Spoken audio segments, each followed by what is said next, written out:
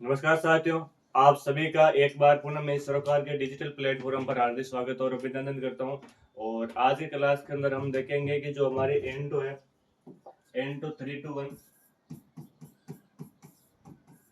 N2 321, जिसका मैं title की बात करूं, जिसका टाइटल है beneficial management of beneficial insect, उसके आज हम पेपर सॉल्यूशन के जो बारे में चर्चा करते हैं।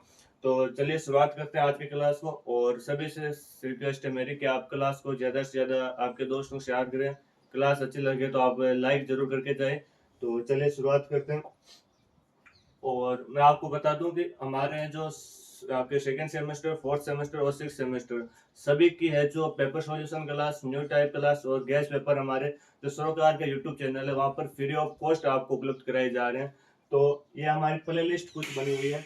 जैसे ये प्ले लिस्ट में आपको बताऊँ, जैसे ये fourth semester new type solution के नाम से जो प्ले लिस्ट है, और जितनी भी हमारी जो न्यू टाइप होगी फोर्थ सेमेस्टर रिलेटेड वो सारी सब्जेक्ट वाइज है जो इस प्ले लिस्ट के अंदर आपको देखने को मिलेंगी। वही है fourth semester old paper solution, यानी जो थ्योरी पेपर की जो सॉल्यूशन है उनकी जो सॉल्यूशन है क्लासेज वो आपको यहाँ पर देखने को मिलेगी। और six semester previous paper solution, six semester के जितने भी हमारे जो क्लास हैं पेपर सॉल्यूशन की वो यहाँ पर मिलेगी। इसके अलावा जो हमारा सेकेंड सेमेस्टर है उसके लिए वन शॉट क्लासेस भी लेके आई है। और अभी हमारा कल परसों पेपर था हमारे उसके पर्सनैलिटी डेवलपमेंट का, उसके अंदर हमारे जो वन शॉट क्लास थी उसमें से 9 से 95% जो क्वेश्चन थे वो एकदम हूबहू छपे थे। तो आप ये वन शॉट क्लास भी, ये जो सेकेंड ईयर के स्टूडेंट है वो भी इसको जरूर देखें।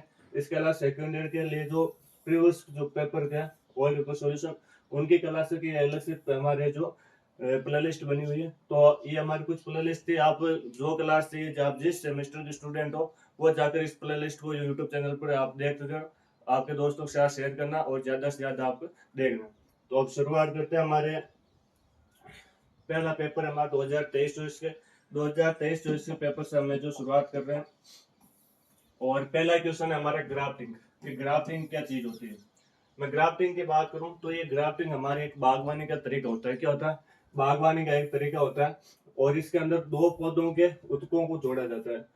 किसको जोड़े जाते हैं? जो दो पुत प्लांट होते हैं उनके जो टिश्यू वगैरह होता है उनको जोड़कर एक नया प्लांट क्या किया जाता है, तैयार किया जाता है। ये अक्सर जो कीड़े होती है ग्राफ्टिंग के वो हमारे किस में होती है? हॉर्टिकल्चर में होती है, बागवानी में होती है।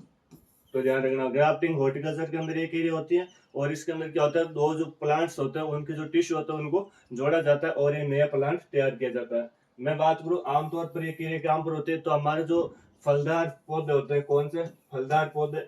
और मैं बात करूं हमारे जो सजावटी वाले प्लांट होते हैं, जो सजावटी पौधे होते हैं उसके अंदर ये कीड़े की जाती है।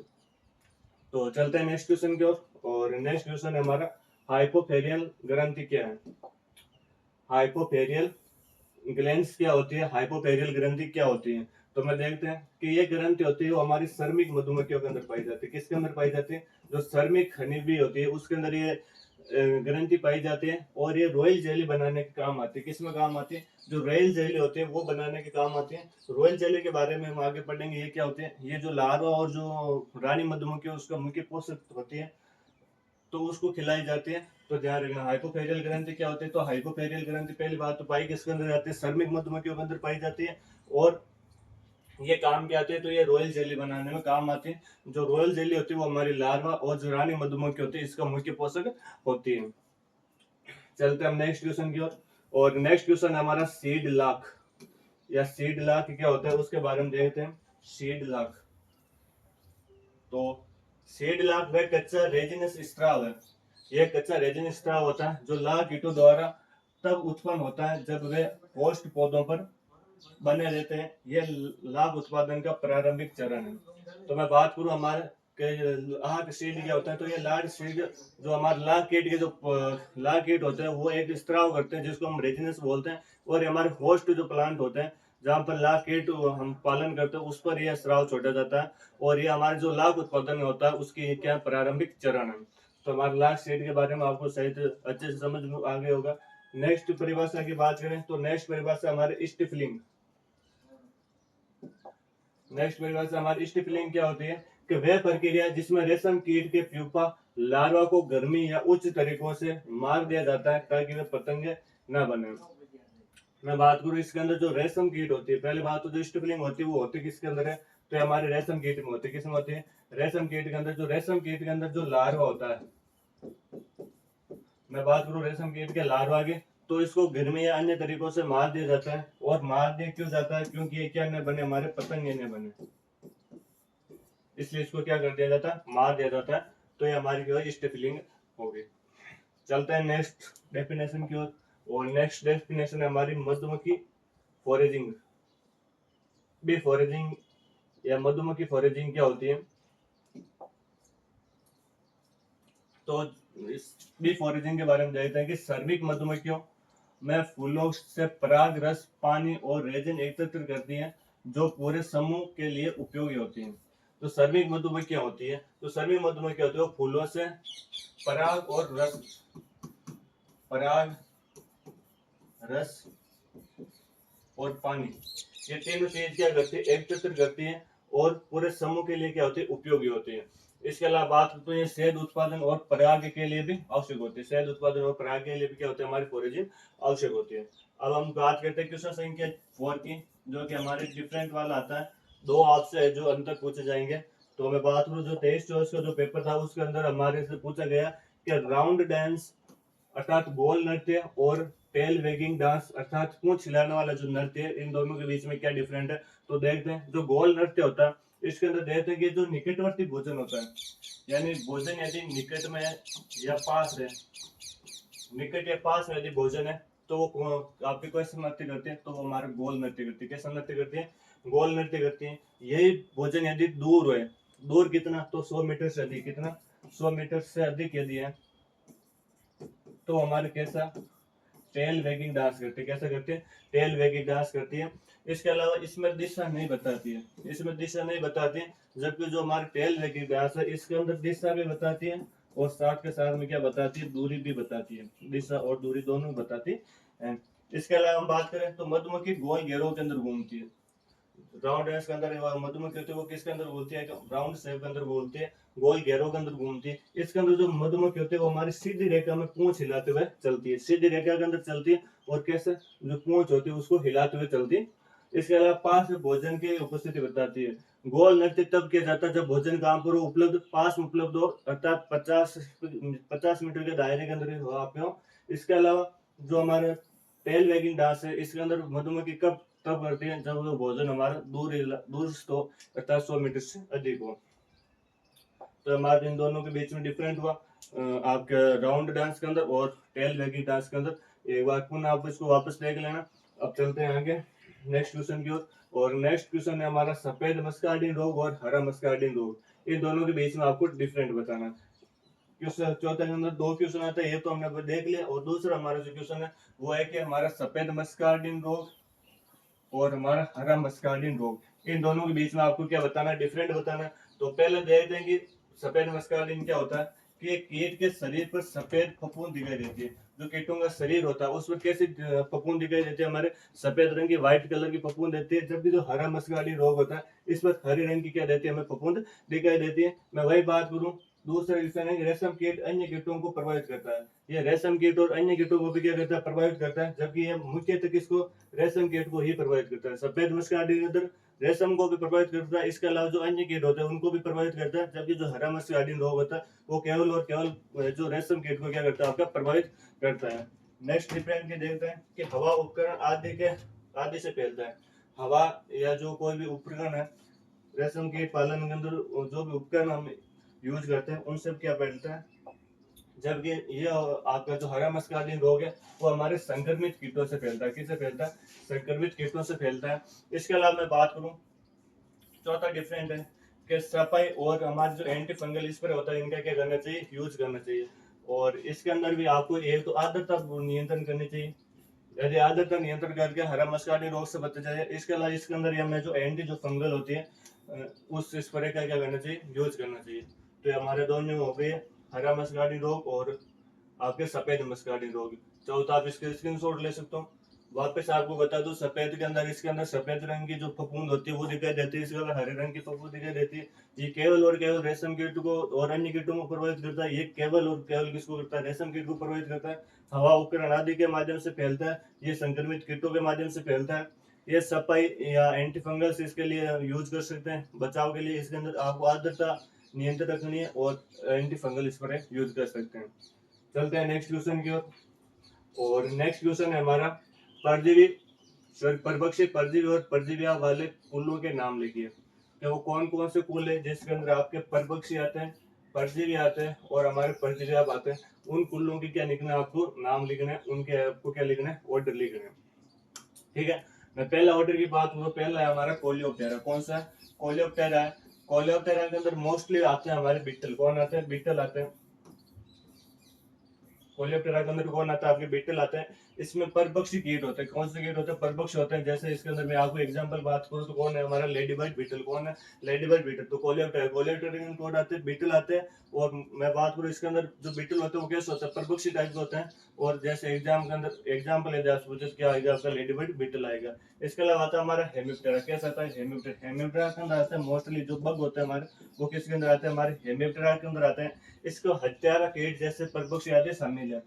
जो हत्यारे कीट होते हैं वो किसके अंदर शामिल है, हमारे हेमिप्टेरा के अंदर शामिल। इसके अलावा आता है हमारा डिप्टेरा।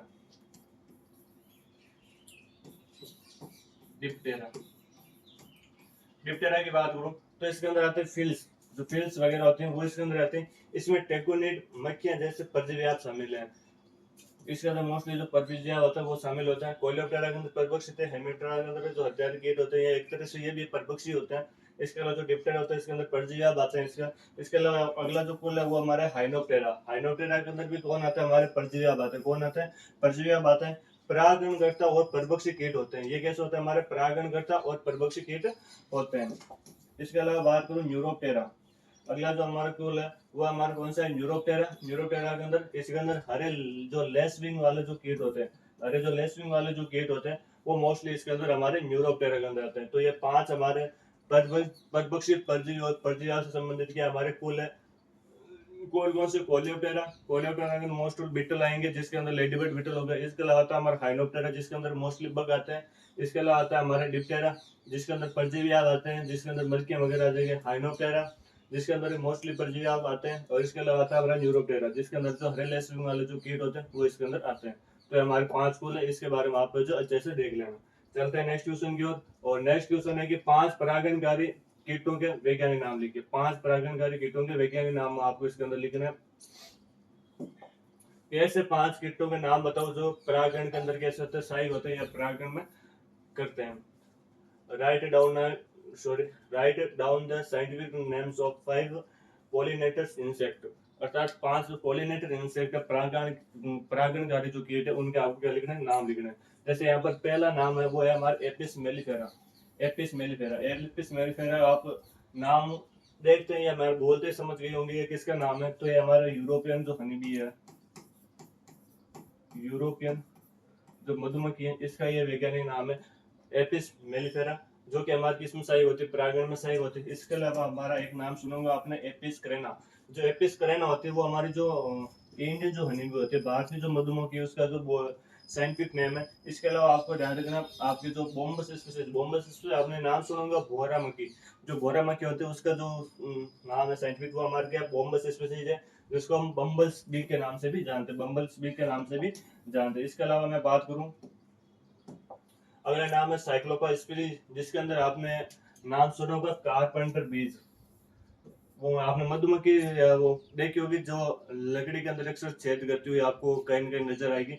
तो उसको हम बोलते हैं साइक्लोपा स्पिरिस, जिसको बोलते हैं हम कारपेंटर मधुमक्खी या बड़ी मधुमक्खी भी जिसको बोलते हैं। और इसके अलावा आता है हमारा सेफरस स्पीसीज जिसको हम बोलते हैं होवर फिल्स। क्या बोलते हैं, होवर फिल्स या होवर मधुमक्खी। तो ये 5 हमारी मधुमक्खियां जो कि इसके अंदर हमारे परागण के अंदर क्या करती है, सहायता करती है। एपिस मेलिफेरा हो गई जिसको यूरोपियन मधुमक्खी बोलते हैं। इसके अलावा एपिस करेन हो गई जिसको इंडियन हनी भी बोलते हैं। इसके अलावा हमारी बोम्बस स्पीसीज हो गई जिसको भोरा मक्खी या बोम्बस बीस बोलते हैं। इसके अलावा साइक्लोपा स्पीसीज हो गई जिसको हम कारपेंटर बीस के नाम से जानते हैं। इसके अलावा सर्कस स्पीसीज हो गई जिसको हम हमारे होवर जो फिश है उसके नाम से जानते हैं।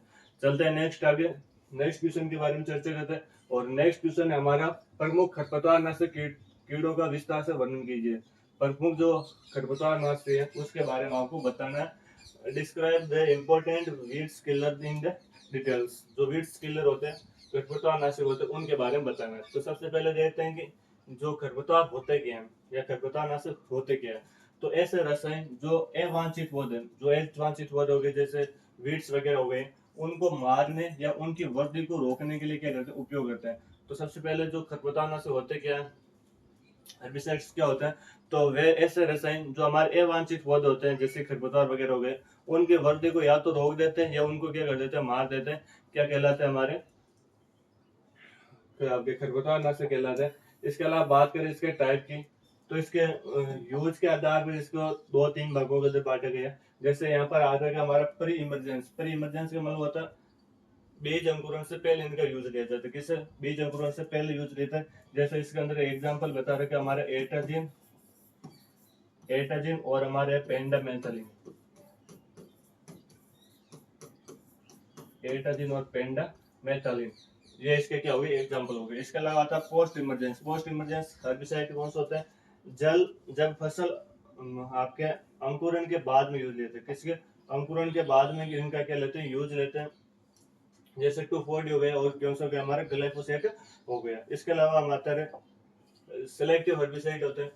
सेलेक्टिव कैसे होता है, सेलेक्टिव वो होते हैं जो केवल विशेष जो खरपतवार होते हैं उनको क्या करते हैं, नष्ट करते हैं। जैसे 2,4-D होता है, वो केवल और केवल किसको नष्ट करता है, चौड़ी पत्ती वाले खरपतवारों को ही नष्ट करता है। सेलेक्टिव हो गया। इसके अलावा एक आता है हमारा नॉन सेलेक्टिव। नॉन सेलेक्टिव क्या होता है, जो सभी प्रकार की वनस्पति को नष्ट करता है, अर्थात फसली पौधों को भी नष्ट करने में ये क्या होता है, सही।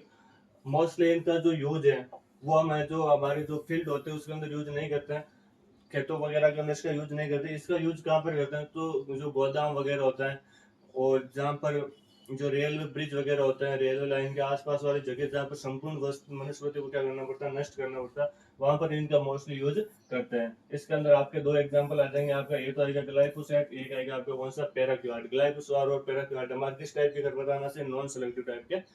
इसके अलावा आते हैं हम कंटेक्टिव हर्बिसाइड। कंटेक्टिव हर्बिसाइड का मतलब होता है कि जिस पौधे के या जिस पौधे के संपर्क में आएंगे उसी पौधे के भाग को क्या करेंगे, नष्ट करेंगे। यदि ये प्लांट है और यदि हम इसका स्प्रे कर रहे हैं और यदि ये आपके पत्ते के संपर्क में आते हैं, लीफ के संपर्क में आते हैं, तो ये केवल और केवल किसको नष्ट करेंगे, लीफ को नष्ट करेंगे। यदि ये तने के संपर्क में आता है तो केवल और केवल स्टेम या तने को क्या करते हैं, नष्ट करते हैं। तो आपके जो कंटेक्ट हर्बिसाइड होते हैं वो किसको, जिस प्लांट के भाग्य में टच होते हैं उसी को क्या करते हैं, नष्ट करते हैं। जैसे हमारे यहाँ आता है पैराक्विट। पैराक्विट हमारे किसका, कंटेक्टिव टाइप का जो हर्बिसाइड है उसके अंदर आता है। इसके अलावा बात करते हैं सिस्टमेटिक हर्बिसाइड। कौन सा, सिस्टमेटिक हर्बिसाइड। सिस्टमेटिक कैसे होता है, पौधों में अवशिष्ट होकर पूरे पौधे को नष्ट करते हैं। ये पौधे के किसी भाग के अंदर छिड़क दो, चाहे पत्ती पर छिड़को चाहे तने पर स्प्रे करो, इसका ये पूरे भाग के अंदर क्या हो जाता है, स्थानांतरित हो जाता है, ट्रांसफर हो जाता है, पूरे पौधे को क्या कर देते हैं, नष्ट कर देते हैं। तो ये अब इसके अंदर हमारा आता है ग्लाइफोसेट और 2,4-D आते हैं। अब चलते हैं नेक्स्ट क्वेश्चन की ओर। ये हमारे प्रमुख जो खरपतवार नाशी थे उनका हमारे वर्गीकरण हो गया। हमने प्री इमरजेंस, पोस्ट इमरजेंस देख लिया, सिलेक्टिव नॉन सिलेक्टिव देख लिया और सिलेक्टिव नॉन सिलेक्टिव देख लिया, सिस्टमेटिक और कंटेक्टिव वाला देख लिया, संपर्क वाले और स्थानांतरित हेर्बिसाइड। चलते हैं नेक्स्ट क्वेश्चन की ओर। और नेक्स्ट क्वेश्चन हमारा सफाई कर्मी कीट क्या है। महत्वपूर्ण सफाई कर्मी कीड़ों के बारे में आपको संक्षेप में वर्णन करना। पहले बात करते हैं कि नाम आया सफाई कर्मी कीट। सफाई कर्मी कीट होते क्या है, कि ऐसे सूक्ष्म जीव जो हमारे वायुमंडल के अंदर या जो वातावरण के अंदर जितने भी अवशिष्ट पदार्थ वगैरह होते हैं, कूड़े कचरे वगैरह आदि को खाकर क्या करते हैं, सफाई का काम करते हैं या वायुमंडल को स्वच्छ बनाते हैं, वो हमारे क्या कहलाते हैं, सफाई कर्मी कीट कहलाते हैं। एक बार वापस डेफिनेशन देख लें कि ऐसे कीट जो मृत और सड़ी गली जैविक वस्तुओं को खाते हैं और पर्यावरण को साफ एवं स्वच्छ बनाने में महत्वपूर्ण भूमिका निभाते हैं, क्या कहलाते हैं, हमारे सफाई कर्मी कीट कहलाते हैं। तो ये तो है इनकी डेफिनेशन। आगे चलते हैं, प्रमुख सफाई कर्मी कीट कौन कौन से, उनके बारे में हमें जो देखने वाले हैं। इम्पोर्टेंट जो कीट कौन कौन से सफाई कर्मी कीट उनके बारे में देखते हैं। तो पहला हमारा डोमेस्टिक बीटल्स, जिसको क्या बोलते हैं, डोमेस्टिक बीटल्स। ये सूखे पशु अवशेषों, बालों आदि पर भोजन करते हैं। जो सूखे अवशेष होते हैं, जो पशुओं के जो उत्पाद वगैरह होते हैं, इन पर ये क्या करते हैं, भोजन करते रहते हैं और उनको सड़ा गला कर क्या करता है, स्वच्छ बनाता है। इसके अलावा आता है हमारा डंग बीटल्स। क्या आता है हमारा डंग बीटल्स। जो डंग बीटल्स होता है वो हमारे क्या करते हैं, तो ये गोबर को जमीन में दबाते हैं। गोबर होती है हमारी जो पशुओं का जो अपशिष्ट पदार्थ होते हैं उसको क्या करते हैं, जमीन में दबाते हैं और उनको खाते रहते हैं, जिसमें सोइल उर्वरता भी बढ़ती है, जिससे सोइल की क्या बढ़ती है, उर्वरता बढ़ती है। इसके अलावा थे हमारे एंड्स अर्थात चींटियां। चींटियां क्या करते हैं, जो मर्द कीट वगैरह होते हैं उनको खाती हैं और जैविक कचरे पर क्या करते रहते हैं, भोजन करती रहती है। इसके अलावा मैं बात करूँ तो अगला जो कीट है वो है हमारा बोवल फ्लाइज। जो बोवल फ्लाई होती है वो क्या करती है, ये मर्द जीवों पर अंडे देती है और इनके जो लार होते हैं वो सड़ने में क्या करते हैं, सहायता करते हैं। मर्द जीवों पर क्या देते हैं, अंडे देते हैं, जिसके जो लार होते हैं वो किसमें सड़ने में क्या करते हैं, सहायता करता है। इसका मैं साइंटिफिक नाम की बात करूँ तो ये साइक्लोफोरा स्पीसीज। साइक्लोफोरा स्पीसीज की ये क्या प्रजाति है, बुलोफ्लाई, जिसको हम नॉर्मल यूज बोलते हैं, नॉर्मल भाषा के अंदर बुलोफ्लाई बोलते हैं। इसके अलावा था हमारा कॉकरोच। कॉकरोच इसके अंदर काम आता है। कॉकरोच का मैं बात करूँ साइंटिफिक नाम की तो पेरीप्लांट अमेरिका में इसका क्या आपके नाम है। विभिन्न प्रकार के कचरे और जैविक अपशिष्टों को क्या करते हैं, भोजन करते हैं। तो हमारे क्या हुए, 5 ऐसे क्या उनसे कीट हो गए, डर्मेस्टिड हो गया, डंग हो गया, आंट हो गया, आपके ब्लोफ्लाई हो गया और हमारे कॉकरोच हो गया। तो इनके बारे में आपको थोड़ा थोड़ा लिखना है। अगला आता है मधुमक्खी चारा। हनी बी पोस्चर क्या होता है, मधुमक्खी चारा क्या होता है, मधुमक्खी के मौसम प्रबंधन के बारे में आपको विस्तार से लिखना है। Describe in the details about the posture and sessional management of the honey bee. उसके जो वार्षिक जो होता है मौसमी प्रबंधन, उसके बारे में आपको बताना है। तो पहले देखते हैं मधुमक्खी चारागाह क्या होता है। तो मधुमक्खी चारागाह का मतलब होता है कि जहाँ पर मधुमक्खी की कॉलोनी है या छत्ता है, तो उसके पास में ऐसे पेड़ या ऐसे वृक्ष जहाँ से वो आपके रस पराग वगैरह प्राप्त कर रहे हैं, उनको क्या बोलते हैं, आपके मधुमक्खी चारागाह बोलते हैं, आपके हनी बी मॉइस्चर बोलते हैं। तो वापस देखते हैं इसकी डेफिनेशन कि मधुमक्खी चारागाह से अर्थ है कि मधुमक्खियों की कॉलोनी के आसपास पराग और मधु प्रदान करने वाले पौधों की उपलब्धता। जो प्लांट होते हैं या जो पौधे होते हैं, जो मधुमक्खी के जो कॉलोनी है, छत्ते हैं, उसके आसपास लगे हैं और जहाँ से मधुमक्खी रस है, पराग, मधु वगैरह क्या करती है, प्राप्त करती है, वो सारे क्या कहलाते हैं, मधुमक्खी चारागाह कहलाते हैं या मधुमक्खी पोस्चर कहलाते हैं। अगला आता है ये हनीबी के लिए प्रमुख भोजन स्रोत है। ये हनीबी के लिए क्या आपके प्रमुख भोजन का स्रोत है। अगला आता है कि types of plant in B posture, के जो आपके चारागाह है उसके कौन कौन से प्रकार है, पौधे कौन कौन से। तो पहला आता है कि हमारे जो मधु उत्पन्न करने वाले पौधे हैं, अर्थात इनसे हमें क्या होती है, मधु प्राप्त होती है, जैसे सूरजमुखी, सुरसु या जो नीलगिरी के प्लांट हुए इनसे। इसके अलावा पराग उत्पन्न करने वाले, पराग कौन कौन उत्पन्न करते हैं, जैसे मक्का, नारियल और अरंडी, ये क्या करते हैं, हमारे आपके पराग उत्पन्न करते हैं। इसके अलावा दो उद्देश्य मतलब इनसे आपको मधु भी प्राप्त होगा और इनसे आपको क्या प्राप्त होगा, पराग भी प्राप्त होगा। जैसे लीची, अमरूद और बेर, लीची, अमरूद और बेर, ये हमारे कौन से हो गए, आपके दो उद्देश्य वाले प्लांट हो गए। चलते हैं आगे। अब आता है कि मधुमक्खी चारा का महत्व। तो मधुमक्खी चारागाह का पहला महत्व क्या है, इनसे आपको क्या होगा, शहद उत्पादन अधिक होगा। शहद उत्पादन में क्या मिलते हैं, बढ़ावा मिलते हैं। इसके अलावा जो कॉलोनी की शक्ति है, मैं बात करूँ कॉलोनी की शक्ति, वो भी कहते हैं हमारे, उसमें भी क्या मिलता है, आपको बढ़ावा मिलता है। और जो मधुमक्खी में जो स्वास्थ्य वगैरह होता है वो भी क्या रहता है, आपका अच्छा रहता है। इसके अलावा मैं बात करूँ तो ब्रूड पालन में भी क्या मिलती है, सहायता मिलती है। जो ब्रूड पालन होता है उसमें सहायता मिलती है। नियमित चरत क्रिया सुनिश्चित रहती है। तो ये 4-5 हमारे हमारे जो हनीबी जो पोस्चर है उसके इंपॉर्टेंट है, तो ध्यान रखना। पहला इसका शहद उत्पादन में आपको क्या मिलता है, बढ़ावा मिलता है। मधुमक्खी का स्वास्थ्य अच्छा रहता है, जो कॉलोनी की शक्ति होती है उसके अंदर बढ़ावा होता है। और इसके अलावा आपको एक उद्देश्य यहाँ पर दे रखा है कि जो नियमित जो चरत क्रिया रहती है वो क्या रहती है, आपकी सुनिश्चित रहती है। इसके अलावा आता है मधुमक्खियों का मौसमी प्रबंधन। मौसम के अनुसार इनका कैसे प्रबंधन करें, तो हम पहले बात करेंगे, हम 4 मौसम की बात करेंगे, हमारे विंटर की, समर सीजन की और स्प्रिंग सीजन की और मानसून सीजन की। अर्थात गर्मी, सर्दी, बसंत ऋतु और मौसम जो बरसात वाला मौसम है उसके बारे में हम चर्चा करने वाले। पहला आता है हमारे गर्मी का मौसम। पहले हमारे गर्मी का मौसम अर्थात समर सीजन, ठंडा और छाया उपलब्ध करना। समर सीजन के अंदर क्या बढ़ती है, हमारी बहुत ज्यादा गर्मी पड़ती है और गर्मी पड़ने पर हम क्या मैनेजमेंट करेंगे, तो उनके लिए तो पानी, ठंडे पानी और छाया की क्या करनी चाहिए, मेन व्यवस्था करनी चाहिए। इसके अलावा छतों को गर्म होने से बचाएं, जो छतें होते हैं उनको गर्म होने से बचाना आपको। इसके अलावा कॉलोनियों को जल स्रोतों के पास रखें। जो कॉलोनी होती है उनकी जो छतें होते हैं उनको जल स्रोत के क्या रखना, आपको पास में रखना, ताकि उनको जो ज्यादा जो दूर जाने की आवश्यकता न पड़े। इसके अलावा आपको आता है मानसून सीजन, बरसात। बरसात वाले सीजन के अंदर बात करें तो बरसात वाले सीजन के अंदर आप क्या क्या मैनेजमेंट कर सकते हो, तो उनके जो छत्ते वगैरह होते हैं उनको ये तो गिले होने से आपको बचाना, पहली चीज तो जो कॉलोनी है जो छत्ते उनको वर्षा या नमी से आपको क्या करना, बचाना। इसके अलावा आपके जो आप जहाँ से ये मधुमक्खी पालन कर रहे हो वो ऐसा स्थान होना चाहिए जहाँ से आसानी से क्या हो जाए, जल निकास हो जाए। आपके जो बरसात वाला जो होता है मौसम उसके अंदर बहुत ज्यादा आपके, मैं बात करूँ तो हमारी फफूंद वगैरह लगने का डर रहता है। तो ऐसा आप ऐसे आप जो स्प्रे वगैरह का भी यूज कर सकते हो जहाँ पर ये फफूंद वगैरह ना लगे। तो ये तीन इसके अंदर आपको मैनेजमेंट करना है कि कॉलोनियों को वर्षा और नमी से आपको बचाना है। मधुमक्खी पालन स्थान पर जल निकास की उचित व्यवस्था होनी चाहिए, वाटर ड्रेनेज की। इसके अलावा जो चींटे और जो फफूंद वगैरह होते हैं उनसे भी आपको क्या करनी चाहिए, सुरक्षा। इसके अलावा आता है हमारा विंटर सीजन। विंटर सीजन बोले तो सर्दियों के मौसम, और सर्दियों के मौसम से हम किस प्रकार बचाते हैं, तो जो छत्ते होते हैं उनको ढक्का रखना चाहिए, उनको गर्म रखना चाहिए।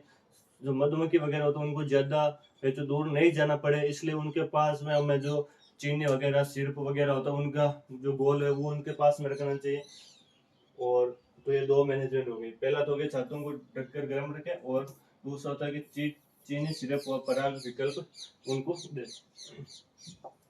अगला आता है हमारे स्प्रिंग सीजन, कि मधुमक्खी पालन के लिए सबसे कोई बेस्ट सीजन है, बेस्ट यदि कोई मौसम है तो कौन सा, हमारा स्प्रिंग सीजन है, अर्थात बसंत ऋतु। कौन सी ऋतु हमारी, बसंत ऋतु है। बसंत ऋतु इसके लिए सबसे अच्छी मानी गई है। यह शहद उत्पादन और कॉलोनी विस्तार के लिए आदर्श मौसम है, अर्थात आप अधिक शहद आप जो प्राप्त करना चाहते हो, हाई जो हनी आप प्रोडक्शन करना चाहते हो, तो आपको इसके लिए अच्छी है जो क्या माननी चाहिए, ये मौसम माना गया। अधिक सुपर चैम्बर लगे और हमारे जो स्विमिंग होती है उसको भी आपको करने रोकना चाहिए। तो यदि आपसे कोई पूछ ले न्यू टाइप के अंदर यदि क्वेश्चन आ जाए कि मधुमक्खी पालन के लिए सबसे अच्छा मौसम कौन सा है, तो कौन सा हमारा स्प्रिंग मानसून होगा या स्प्रिंग सीजन होगा। चलते हैं नेक्स्ट क्वेश्चन को, और नेक्स्ट क्वेश्चन आप एक बार पढ़ो कि लाख पालन क्या है, लाख कीट के जीवन काल, चक्र एवं कटाई प्रक्रिया का वर्णन करना। आपको एक बार देखो आप क्वेश्चन को।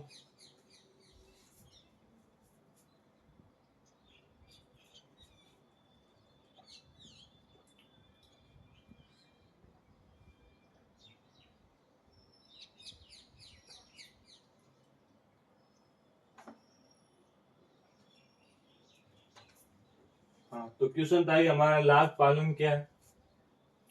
तो लाख पालन क्या है, लाख कीट के जीवन चक्र एवं कटाई चक्र जो प्रक्रिया है उसके बारे में आपको विस्तार से क्या करना, वर्णन करना। तो पहला कि लाख पालन, लाखकारी कीट के वैज्ञानिक ढंग से पालन और प्रबंधन की प्रक्रिया, जिसे लाख रेजिन प्राप्त की जा सकती है। लाख कीट का मतलब होता है कि जो लाख जो होते हैं हमारे, जो लाख कीट होते हैं, लेस पर लेकर जिसका बॉटनिकल नेम है, उसको है जो वैज्ञानिक ढंग से पालने की विधि है। और इनसे हमें अधिक प्रक्रिया के अंदर क्या आपको रेजिन प्राप्त करना है। क्या होता है रेजिन प्राप्त करने का उद्देश्य होता है, भारत विश्व का सबसे बड़ा लाख उत्पादन वाला देश है, और निर्यात जो निर्यात करने वाला देश है वो भी क्या हमारा सबसे बड़ा देश बन चुका।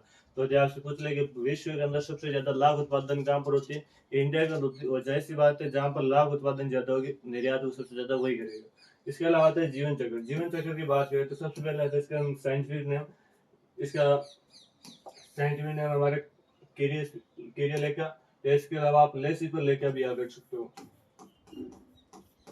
लेसिफर लेकर भी इसका बॉटिकल नेम आप याद रख सकते हो। इसके बाद आते हैं लाख कीट, रस चूसने वाले कीट होते हैं। ये लाख कीट होते हैं वो कैसे होते हैं, हमारे रस चूसने वाले कीट होते हैं। ये हमारे मोस्टली जो कुसुम, पलाश, बेर आदि वृक्षों पर क्या रहते हैं, हमारे रहते हैं। केवल मादाएं लाख उत्पादन करती है। जो मादाएं जो होती है, लाख जो मादाएं होती है वही केवल क्या करते हैं, हमारी लाख का उत्पादन करती है। नर कीट अल्पजीवी होते हैं, और मैं बात करूं रेजिन नहीं बनाते। जो लाख जो नर होते हैं, आपसे एक बार पूछ ले कि न्यू टाइप के अंदर पूछ ले कि जो लाख कीट होते हैं उसके अंदर हमें किस कौन से कीट का पालन करना चाहिए। लाख जो नर होते हैं उनका पालन करना चाहिए, जो लाख मादाएं होती है उनका पालन करना चाहिए। तो उसके लिए किसका पालन करना चाहिए, लाख मादा का करना चाहिए। क्योंकि जो लाख होते हैं वो कौन बनाती है, केवल और केवल मादाएं बनाती है। नर होते हैं वो अल्पजीवी होते हैं, और संभव कीड़ा है बाद में इसके अंदर बहुत सारे जो नर होते हैं वो क्या हो जाते हैं, नष्ट हो जाते हैं। अब आता है लाख कीट के जीवन चक्र। जीवन चक्र इसकी अवस्थाएं कौन कौन सी होती है? तो इसकी 4 अवस्थाएं होती है, अंडा, लार्वा, प्यूपा और जो वयस्क होती है वो अवस्था होती है। तो पहले आती है इसकी अंडा अवस्था। मादा रेजिन की परत के अंदर क्या रहते हैं? अंडे होते हैं। जो रेजिन की जो परत होती है, रेजिन आपने मैं पहले बता दिया रेजिन क्या होता है। रेजिन जहाँ पर लाख कीट पालन करते हैं या जो उसके जो होस्ट प्लांट होते हैं उस पर एक स्राव करते हैं, जिसको हम रेजिन बोलते हैं, जो कि हमारे जो लाख उत्पादन होता है उसका क्या होता है? हमारा प्रारंभिक चरण होता है। तो मादा जो रेजिन की जो परत होती है, जो होस्ट प्लांट पर होती है, उसके अंदर जो अंडे देती है। इसके अलावा आते हैं शिशु।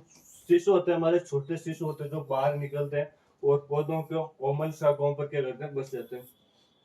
जो शिशु होते हैं वो छोटे होते हैं और हमारे जो शिशु के छोटे होते हैं और बाहर निकलते हैं और पौधों की जो कोमल शाखाएं होते हैं उन पर निकलते हैं। इसके अलावा आते हैं अडल्टिया डेस्क।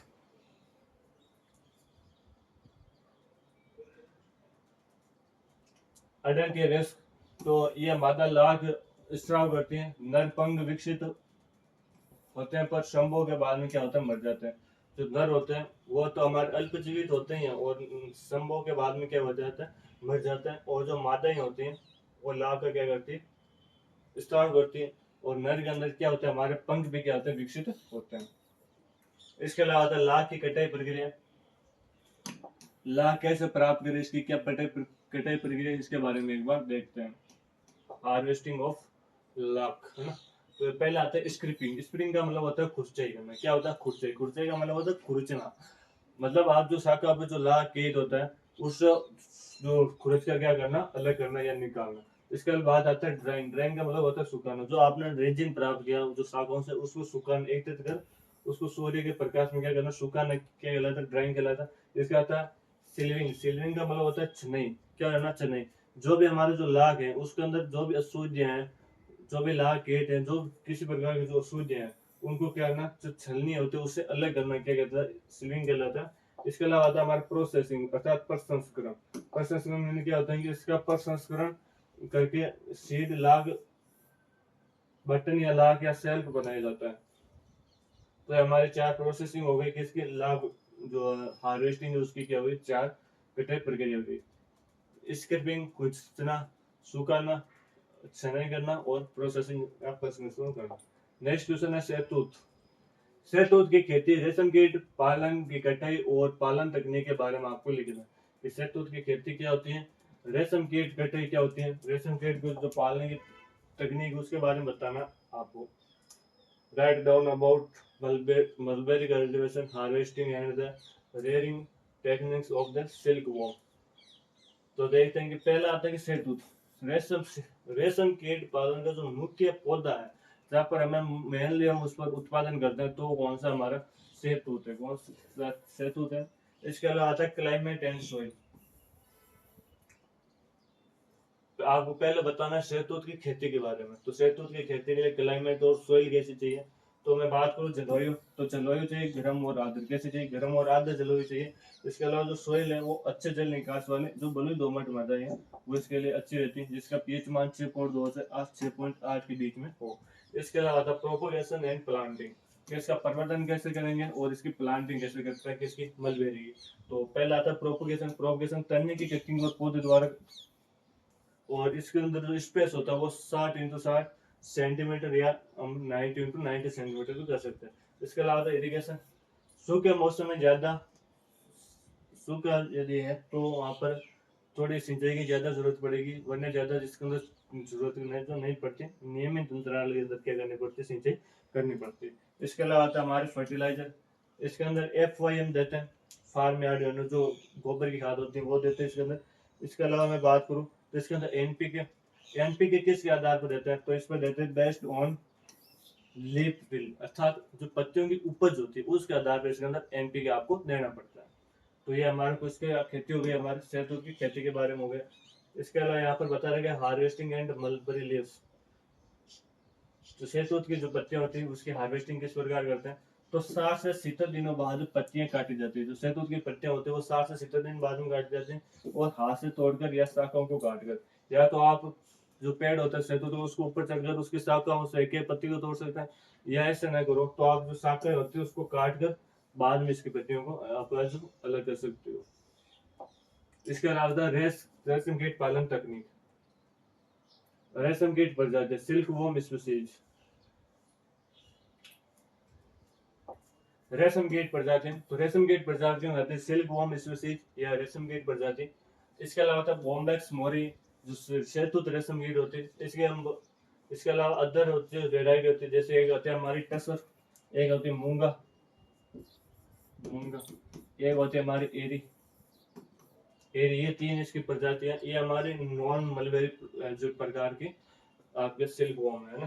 तो रेशम कीट पालन तकनीक दो आती है, एक तो रेशम प्रजातियों बात करें तो रेशम प्रजाति के अंदर हमारे मेनली जो आती है वो बॉम्बैक्स मोरे आती है, जो कि हमारे किस पर जो मलबेरी का जो प्लांट होता है, शहतूत का प्लांट होता है उस पर जो की जाती है। इसके अलावा हम बात करें जो नॉन मलबेरी कौन कौन सी सिल्क वॉर्म होती है, जिसके अंदर हमारे टर्स आ गया, एरी हो गया या मूंग हो गया। तो ये तीन कौन से हमारे नॉन मलबेरी प्लांट है जो वेराइटी है। अगर इसके अलावा बात करते हैं कोकून की कटाई, कि जो कोकून होता है उसकी कटाई किस प्रकार करें, तो इसका समय की बात करें तो समय होता है 7 से 10 दिन। कि जो कोकून होता है उसकी कटाई कितने दिन बाद करनी चाहिए, 7 से 10 दिन बाद करनी चाहिए। विधि क्या होती है, तो विधि सबसे पहले बात करें जो कोकून वगैरह होता है उसको किस में आपको सुखाना चाहिए, धूप में सुखाना चाहिए, और धूप में सुखाकर इसकी क्या कर सकते हैं, हम कटाई कर सकते हैं। इसके अलावा बात करते हैं रीलिंग।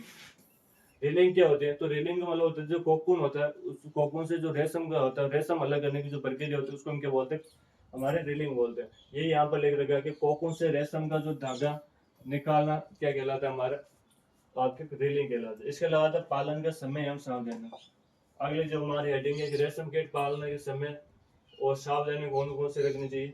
तो पहले बात करें हम मॉइस्चर की, नमी की बात करें तो 70 से 80% क्या होनी चाहिए, नमी होनी चाहिए। और इसके लिए जो अनुकूल तापमान है वो हमारा कितना है, 24 से 28 डिग्री सेंटीग्रेड इसका क्या हमारा उचित है जो टेम्परेचर है। इसके अलावा बात करेंगे पालन कक्ष है जो स्वच्छ हो, और प्रत्येक बार कीट पालने से पहले कीटाणुनाशक डालें।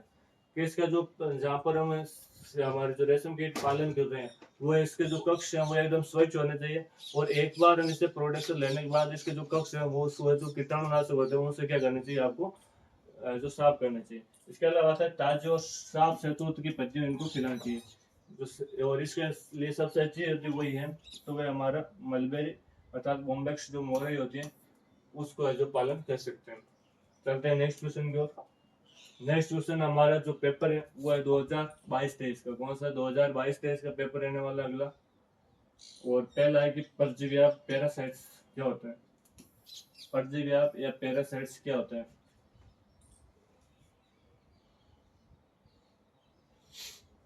परजीव्याप वे कीट होते हैं जिनका जो लार्वा होता है वो अन्य कीटों के शरीर में रहता है और उन्हें पोषण लेकर अंत में उस कीटों को क्या कर देता है, मार देता है। ये मेजबान कीट को अंत नष्ट कर देते हैं। मेजबान कीट अर्थात जो होस्ट प्लांट होते हैं जहाँ पर वो अपना आवास रहते हैं या जहाँ पर रहते हैं या उनसे पोषण लेते हैं उनको मेजबान कीट बोलते हैं। बाद उन्हीं को क्या कर देते हैं, नष्ट कर देते हैं। तो प्रतिव्याप या पैरासाइट्स क्या होते हैं कि प्रतिव्याप या पैरासाइट्स वे कीट होते हैं जहाँ जिस कीट से क्या लेते हैं, पोषण लेते हैं, वो अंत में उसी को क्या कर देते हैं, मार देते हैं। इसके अलावा आता है कोर्बिकुला। कोर्बिकुला क्या होता है, यह मधुमक्खी कीट के पिछले पैरों पर स्थित एक विशेष स्थान होता है जहाँ पर पराग जमा करके मधुगरे या जो छत्ते में ले जाती है।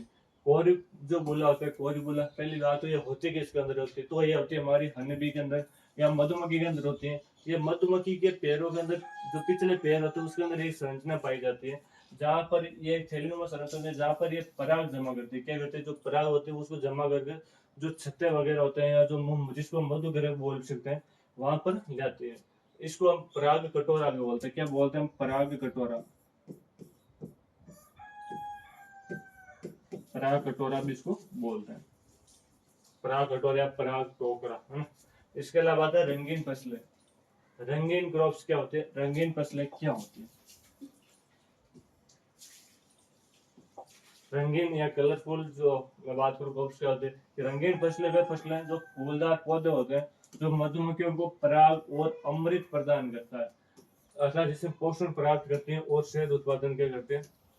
अर्थात जो रंगीन फसलें होती हैं वे फसलें होते हैं जहाँ से मधुमक्खी क्या करती है, आपके पराग वगैरह मधु वगैरह जो अमृत प्रदान करती है, रस वगैरह आदि प्रदान करती है, क्या कहलाती है, हमारी रंगीन फसलें। अगला आता है मोरिकल्चर। मोरिकल्चर होता है शहतूत के पौधे उगाने की प्रक्रिया। शहतूत के जो पौधे उगाने की जो प्रक्रिया उसको क्या बोलते हैं, मोरिकल्चर बोलते हैं।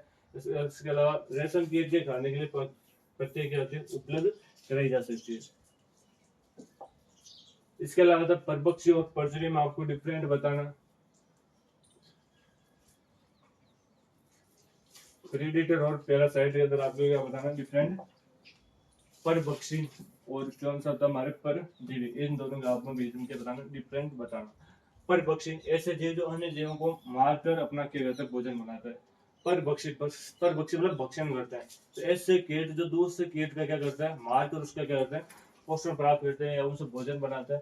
और जो परजीवी होते हैं वो हमारे ऐसे जीव जो मेजबान पर शरीर पर अपना उस पर रहकर उसे पोषण प्राप्त करते हैं, लेकिन उससे तुरंत तुरंत उसे नहीं मारता। इसके अलावा बात हो तो शिकार को सीधे मार देता है। ये शिकार को क्या करता है सीधे मार देता है। जबकि जो परजीवी होते हैं वो सीधे नहीं मारते, बल्कि जो हमारा उसका जो पोषक होता है उसको क्या कर देती है कमजोर कर देती है। इसका एक सबसे अच्छा उदाहरण है वो है कि मनुष्य के बालों के अंदर जू होते हैं वो कभी भी मनुष्य को नहीं मार सकते या, लेकिन उससे जो खून से उसको क्या कर देते हैं अक्सर कमजोर कर देते। तो वो जू होते हैं वो किसका परजीवी के क्या एग्जाम्पल। परजीवी परपक्षी होते हैं वो सीधे अपने जो पोषक होता है उसको मार देते हैं और उसको मार कर उससे क्या करते हैं भोजन प्राप्त करते हैं। ये जो होते हैं ये उस पर उससे क्या करते हैं कमजोर करते हैं, बल्कि उसको मारते नहीं है, उनसे क्या करते हैं पोषण प्राप्त करते रहते हैं। इसके अलावा ये जैसे इसके अंदर लेडी बर्ड कीट, इसके अंदर आपके जो टेपवर्म जो जानवर होते हैं उसके आंत में रहते हैं। टेपवर्म जो जानवर के आंत में रहते हैं वो किस प्रकार का आपका एग्जाम्पल है तो हमारे परजीवी पैरासाइट टाइप के होते हैं। अगला आता है एपिस फ्लोरा और एपिस मेलिफेरा। जो मधुमक्खी की दो प्रजातियां एपिस फ्लोरिला और एपिस मेलिफेरा, इन दोनों के बीच में आपको डिफरेंट बताना है। एपिस फ्लोरा ये हमारी बोनी मधुमक्खी होती है। कैसे मधुमक्खी होती है बोनी मधुमक्खी होती है। और जो एपिस मेलिफेरा होती है ये हमारी यूरोपियन मधुमक्खी। कैसी है यूरोपियन मधुमक्खी है। ये आकार में छोटी होती है। आकार में छोटी होती है कितनी तो 8 से 10 कितनी 8 से 10 mm की होती है ये। इसके अलावा मैं बात करूं तो ये आकार में बड़ी होती है कितनी तो आकार में होती है 12 से 15 mm कितनी 12 से 15 mm की होती है। इसके अलावा शाखाओं पर खुला एकल छत्ता बनाती है। शाखाओं पर खुला और एकल छत्ता बनाती है। जबकि ये जो छत्ते होते हैं ये बड़े होते हैं और कैसे होते हैं हमारे ग्रुप में क्या होते हैं छत्ते अंदर की तरफ बड़े होते हैं और बंद छत्ते बनाती है। इसके अलावा होता है अगले डिफरेंट की बात करूं तो अगला है कि ज्यादातर आक्रामक और प्रवासी क्रिया की होती हैं। जबकि मैं जो यूरोपियन जो मधुमक्खी होते हैं ये कम आक्रामक होते हैं और शहद उत्पादन के लिए अक्सर इनको पालते हैं। तो यहाँ पे आप सपोज शहद उत्पादन के लिए मधुमक्खी सबसे अच्छी है जो कौन सी होती है तो हमारे एपिस मेलिफेरा होती है।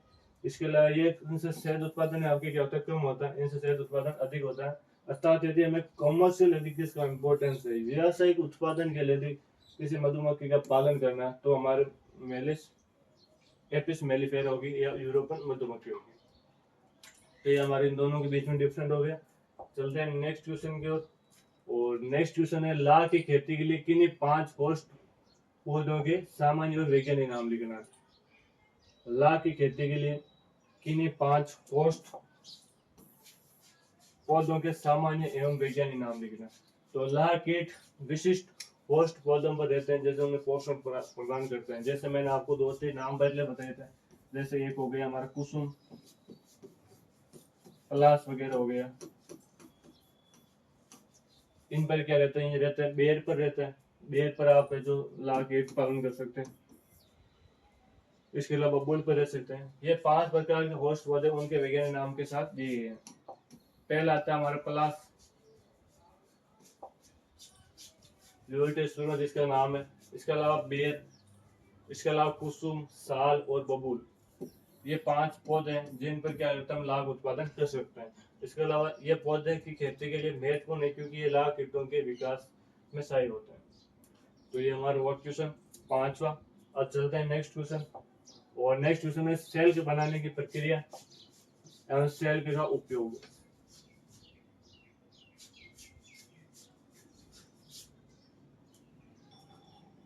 इंग्लिश के अंदर क्वेश्चन है manufacture process and use of cells, अर्थात सेल के बनाने की जो आपको जो प्रक्रिया है उसके बारे में आपको बताना है। लार्वा कीट होस्ट पौधों के टहनियों पर एक लार्वा छोड़ते हैं।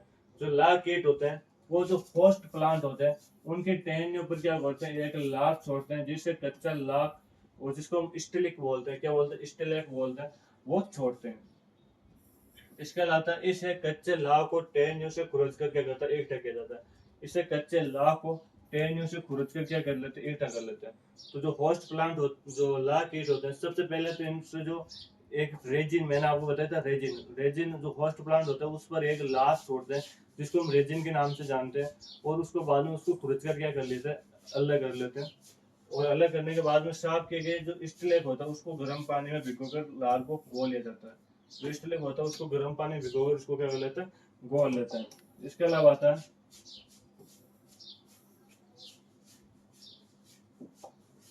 इस घोल को ठोस अशुद्धियों से हटाने के लिए छाना जाता है। इस घोल को जो ठोस अशुद्धि होते हैं उनसे जो छान ले जाते हैं।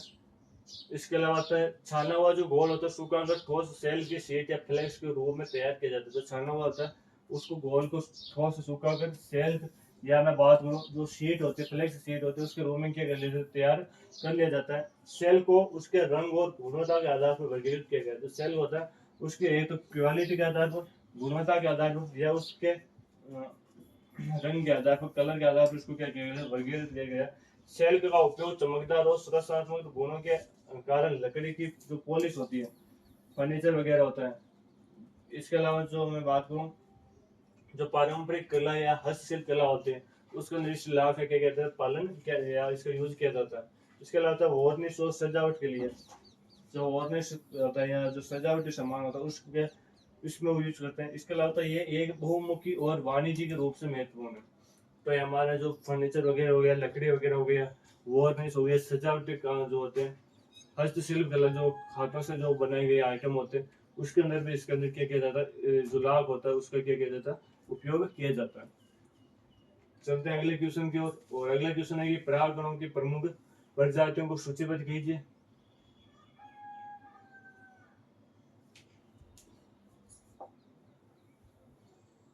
परागणों की प्रमुख प्रजातियों को सूचीबद्ध कीजिए और लाभकारी कीटों के महत्व को समझाइए।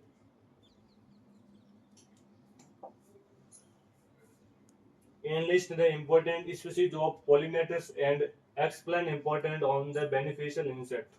अर्थात आपको परागणों की प्रमुख प्रजातियां, enlist the important species of pollinators, इसके जो परागण होते हैं, परागणकर्ता होते हैं, इनकी प्रमुख प्रजातियों के बारे में बताना, और जो इम्पोर्टेंट बेनिफिशियल इंसेक्ट है उन कीटों के महत्व को आपको समझाना। तो सबसे पहले देखते हैं कि आपके जो परागणकारी होते हैं इनके कौन कौन सी प्रजाति है उनके बारे में देखते हैं। कि परागण के वे कीट जो जीव होते हैं जो परागणों को एक फूल से दूसरे फूल तक पहुंचाने में क्या करते हैं, सहायता करते हैं। और प्रजनन में क्या होता है, हमारे साइकिल। तो ध्यान रखना कि हमारे जो परागण होते हैं वो क्या होते हैं कि वे कीट होते हैं परागण करता है, जो कि क्या होता है कि जो परागण होते हैं वो एक फूल से दूसरे फूल तक ले जाते हैं और प्रजनन में क्या होता है, सहायता करते हैं। मैं बात करूँ हमारे आपके परागण की, तो परागण की जो क्रिया होती है उसके अंदर मोस्टली हमारी जो हनी भी होती है वो हमारे 90% क्या देते हैं, योगदान देते हैं। 90% जो हमारे जो परागण की क्रिया होती है वो किसके द्वारा संपन्न करवाई जाती है, आपके हनी भी द्वारा क्या करते हैं, संपन्न करवाते हैं। इसके अलावा हम देखते हैं कि the most important species of pollinator insects, जो हमारे होते हैं परागण करते हैं, इसके इंपॉर्टेंट प्रजातियां कौन कौन सी। इसके अंदर एक आते हैं हमारी हनी बी, मधुमक्खी। इसके अलावा आते हैं हमारी बम्बल बी, बटरफ्लाई, मोथ। इसके अलावा जो बीटल्स होते हैं जिसको हम ब्रिंग के नाम से जानते हैं। इसके अलावा जो तितल होते हैं जिसको हम वेब्स के नाम से जानते हैं, वेब्स। इसके अलावा जो किल्स होती है अर्थात जो मक्खियां वगैरह होती है, ये सभी वो प्रजातियां हैं जो हमारे परागण के अंदर क्या करते हैं, सहायता करती है। अब आता है इंपॉर्टेंस ऑफ बेनिफिशियल इंसेक्ट, जो महत्वपूर्ण जो लाभकारी कीट है उसका महत्व के बारे में देखते हैं।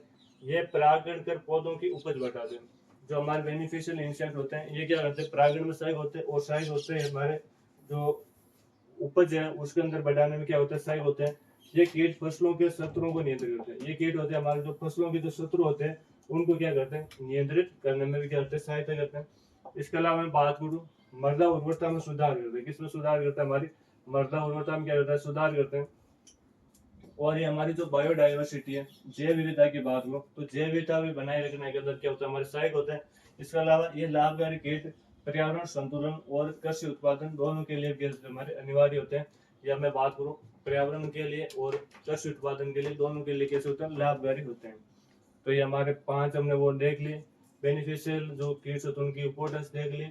अब चलते हैं नेक्स्ट क्वेश्चन की ओर, और नेक्स्ट क्वेश्चन है कि मधुमक्खी की विभिन्न शत्रुओं तथा इसमें पाए जाने वाले रोगों का वर्णन करना। तो इसके अंदर मधुमक्खी के अंदर कौन कौन से रोग पाए जाते हैं उनका वर्णन करना, और इसके कौन कौन से शत्रु है उनके बारे में आपको इसके अंदर क्या करना, बताना है।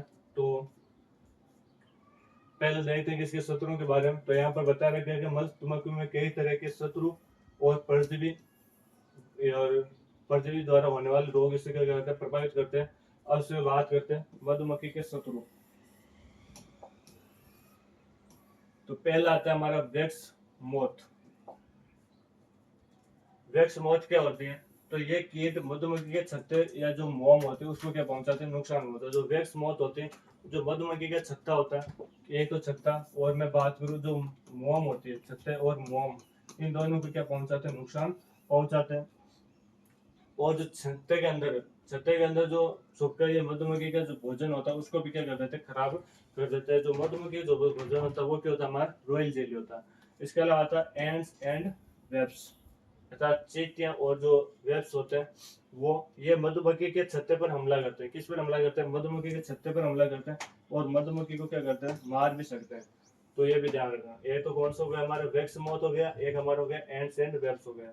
इसके अलावा चलते हैं, इसके अलावा ब्रिड्स या पक्षी, ये क्या करते हैं, ये सीधे मधुमक्खी को क्या बनाते हैं, शिकार बनाते हैं, उसको क्या कर देते हैं, मार देते हैं। इसके अलावा आता है डिजीज ऑफ हनी बी। मधुमक्खी के अंदर कौन कौन से रोग लगते हैं उसके बारे में देखते हैं। तो पहला हमारा अमेरिकाना आपके फुल वॉर्ड, ये कौन सा रोग होता है, तो ये हमारा बैक्टीरियल रोग है। कैसे, हमारा बैक्टीरियल अर्थात जीवाणु द्वारा होने वाला रोग है, जीवाणु द्वारा होने वाला रोग है, और लार्वा को प्रभावित करता है और छत्ते को क्या कर देता है, प्रभावित करता है। लार्वा को प्रभावित करता है और जो हमारा छत्ता होता है मधुमक्खी का उसको क्या कर देता है, खराब कर देता है। इसके अलावा हमारा यूरोपियन फुल वॉर्ड रोग होता है। इसके अंदर देखते हैं कि ये एक अन्य बैक्टीरियल रोग है। यह भी हमारे किसके द्वारा होता है, बैक्टीरिया अर्थात जीवाणु द्वारा होने वाला रोग है। बैक्टीरिया जीवाणु द्वारा होने वाला रोग है और छत्ते को क्या पहुंचाता है, नुकसान पहुंचाता है। इसके अलावा होता है नोसेमा डिजीज। नोसेमा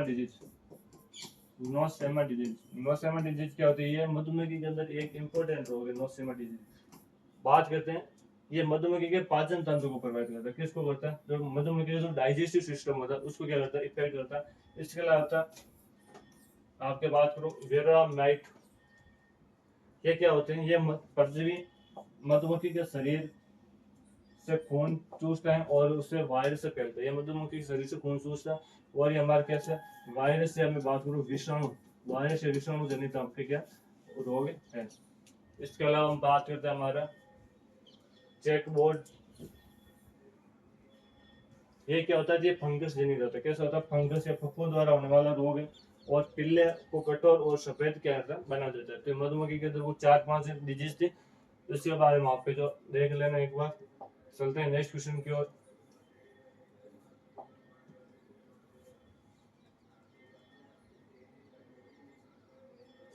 क्वेश्चन है कि वोल्टेनिज्म को प्रभावित कीजिए तथा इसके प्रकार बताइए। रेशम के कीटों का जीवन चक्र लिखना है आपको।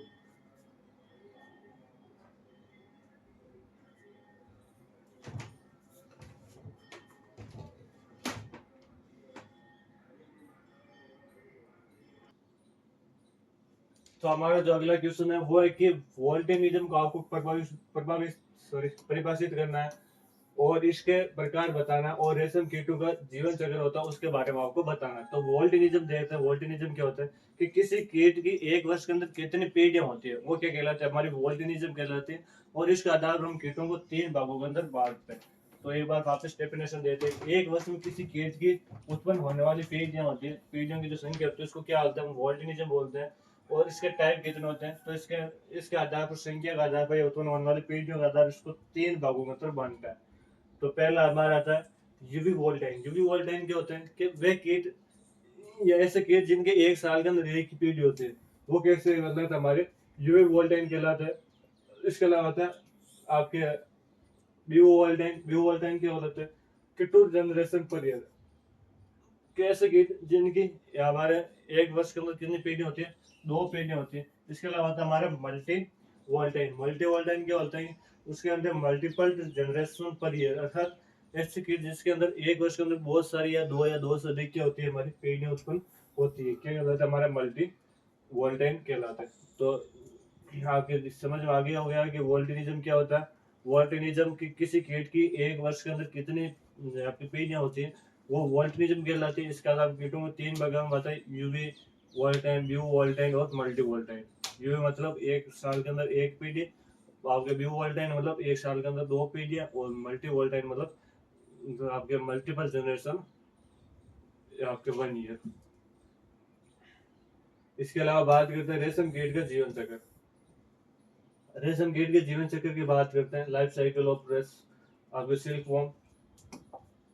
रेशम कीट 4 चरणों में अंदर उसका क्या करती है, जीवन चक्र को क्या करती है, पूर्ण करती है। जिसके अंदर 4 कौन कौन से इसके स्टेज है, इसके अंदर आपके अंडा, लार्वा, प्यूपा और वयस्क अवस्था, अर्थात एज, लार्वा, प्यूपा और जो अडल्ट स्टेज होती है, इसकी 4 प्रमुख जीवन चक्र की अवस्था होती है। और जो लाभ उत्पादन होता है, मैंने लाभ की भी आपको पिछले क्वेश्चन के अंदर हमारे पेपर के अंदर आएगी, लाभ की जो अवस्था होती है वो 3 अवस्था होती है। उसके अंदर हमारी जो प्यूपा अवस्था होती है, जो प्यूपा अवस्था होती है वो हमारे लाभ के अंदर नहीं पाई जाती।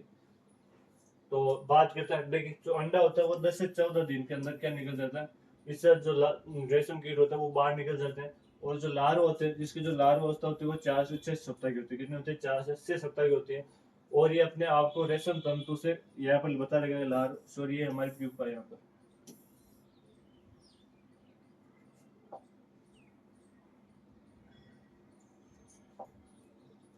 ये जो यहाँ पर है ये लार्वा नहीं है, इसकी जगह क्या प्यूपा है। इसकी प्यूपा अवस्था की बात करूं, ये अपने आप को रेशम तंतु से कोको में बदलता है।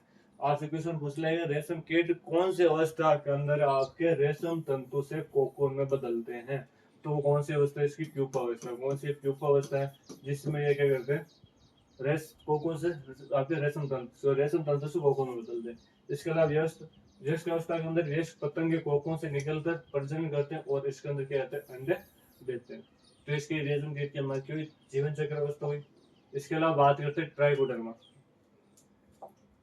ट्राइकोडर्मा प्रजाति की वृहद उत्पादन तकनीक का वर्णन कीजिए तथा साथ ही इसके सेरोगेट होस्ट के गुणन की क्रिया विधि भी आपको इसमें बतानी है।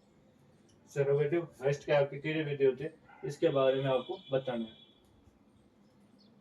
ट्राइकोडर्मा प्रजाति सूक्ष्म परजीवी ततैया होती है। जो ट्राइकोडर्मा जो प्रजाति होती है वो सूक्ष्म परजीवी आपकी क्या होती है, ततैया होती है। सूक्ष्म प्रजाति क्या होती है, ततैया होती हैं।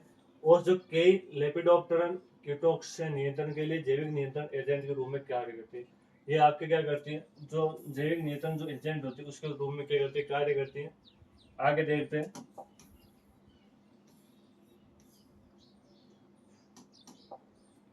कि वृहद उत्पादन के लिए इन्हें नियंत्रित प्रयोगशाला में बड़ी संख्या में पाला जाता है ताकि इन्हें खेती में छोड़ा जा सके। वृहद उत्पादन में या मैं बात करूं, वृहद उत्पादन के नियंत्रित इनको बहुत बड़ी संख्या के अंदर पाला जाता है, उसके बाद इसको खेतों में छोड़ा जाता है। इसके अलावा वृहद उत्पादन के चरण, वृहद उत्पादन के चरण सेरोगेस्ट होस्ट के रूप में कॉक्सोला सेपोलोनिका, जो जिसको हम बोलते हैं चावल कीट जैसे कीटे अंडे चुने जाते हैं। सेरोगेस्ट होस्ट के लिए कौन से हम है जो अंडे चुने जाते हैं, तो इसके अलावा जो चावल के जो कीट होता है जिसको बोलते हैं कोर्सुइला, कोर्सुइला सेपोनिका जिसको बोलते हैं सेपोलिका, उसके वजह से अंडे जो चुने जाते हैं, ऐसे कीट चुने जाते हैं। इसके अलावा सेरोगेस्ट होस्ट किसी को उपयुक्त आहार पर पाला जाता है। सेरोगेस्ट होस्ट होता है कीट के उपयुक्त आहार पर पाला जाता है ताकि स्वस्थ अंडे मिल सके। क्या मिल सके आपको, स्वस्थ अंडे मिल सके। इसके अलावा आता है, मैं बात करूं हमारे ट्राइकोडर्मा। ट्राइकोडर्मा वयस्कों को सेरोगेस्ट होस्ट के अंडों वाले पिंजरे में छोड़ा जा सकता है। मादा ट्राइकोडर्मा इन अंडों के अंदर अपने अंडे देती है। जो ट्राइकोडर्मा होती है वो इन अंडों के अंदर आपको क्या देते हैं, अंडे देती है। तो ये हमारे हो गए ट्राइकोडर्मा हो गया। इसके अलावा आता है सेरोगेस्ट होस्ट की बात करें, इसके अंदर और आगे तो आता है कि परजीवी अंडों को नियंत्रित तापमान और आर्द्रता पर रखा जाता है। जो प्रजनित जो अंडे होते हैं, जो प्रजनित अंडे होते हैं उनको नियंत्रित तापमान और आर्द्रता पर रखा जाता है ताकि ट्राइकोडर्मा के लार्वा विकसित और वयस्क निकल सके। तो ये हो गया। इसके अलावा आता है वयस्क। वयस्क निकलने के बाद उन्हें इकट्ठा कर खेतों में छोड़ा जाता है। वयस्क होने के बाद इनको इकट्ठा किया जाता है और इकट्ठा करने के बाद इनको खेतों में छोड़ दिया जाता है। इसके अलावा बात करें सेरोगेस टोस्ट। सेरोगेस टोस्ट होता है जिसको सेरोगेस टोस्ट कौन सा होता है, चावल की खीर, वही हमारा पोस्टोएला सेपोलिका, इसका गुणन करते हैं।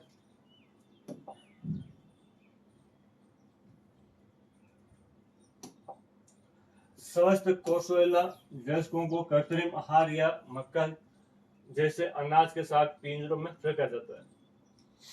इसके अलावा आगे बात करते हैं कि जो मादा पतंगे होते हैं वो आहार या कंटेनर की जो दीवार होते हैं उस पर अंडे देते हैं। कुछ दिनों में लार्वा क्या हो जाते हैं, निकल जाते हैं। लार्वा आहार पर खिलते हैं, जो लार्वा होते हैं वो किस पर खिलते हैं, आहार पर खिलते हैं और कई चरणों में क्या होते हैं, विकसित होते हैं। आगे मैं बात करूं तो आगे बता रहेगा कि पूर्ण विकसित लार्वा, जो पूर्ण विकसित लार्वा होता है वो पुआप में बदलते हैं। किसमें बदलते हैं, पुआप या मैं बात करूं प्यूपा में बदलते हैं। वयस्क पतंगे प्यूपा से निकलते हैं और अगली पीढ़ी जो आपके पंजीकरण होते हैं उसके लिए तैयार होते हैं। तो हमारे जो ट्राइबल होती है उसके जीवन चक्र की हो गई, या सेरोगेस टोर्स होता है उसके जीवन चक्र की बात हो गई। अगला आता है रेशम उद्योग क्या है, तो इसके प्रकार बताइए, राजस्थान में इसकी संभावना और आर्थिक महत्व का वर्णन करना। तो पहले तो देखते हैं कि रेशम उद्योग क्या है।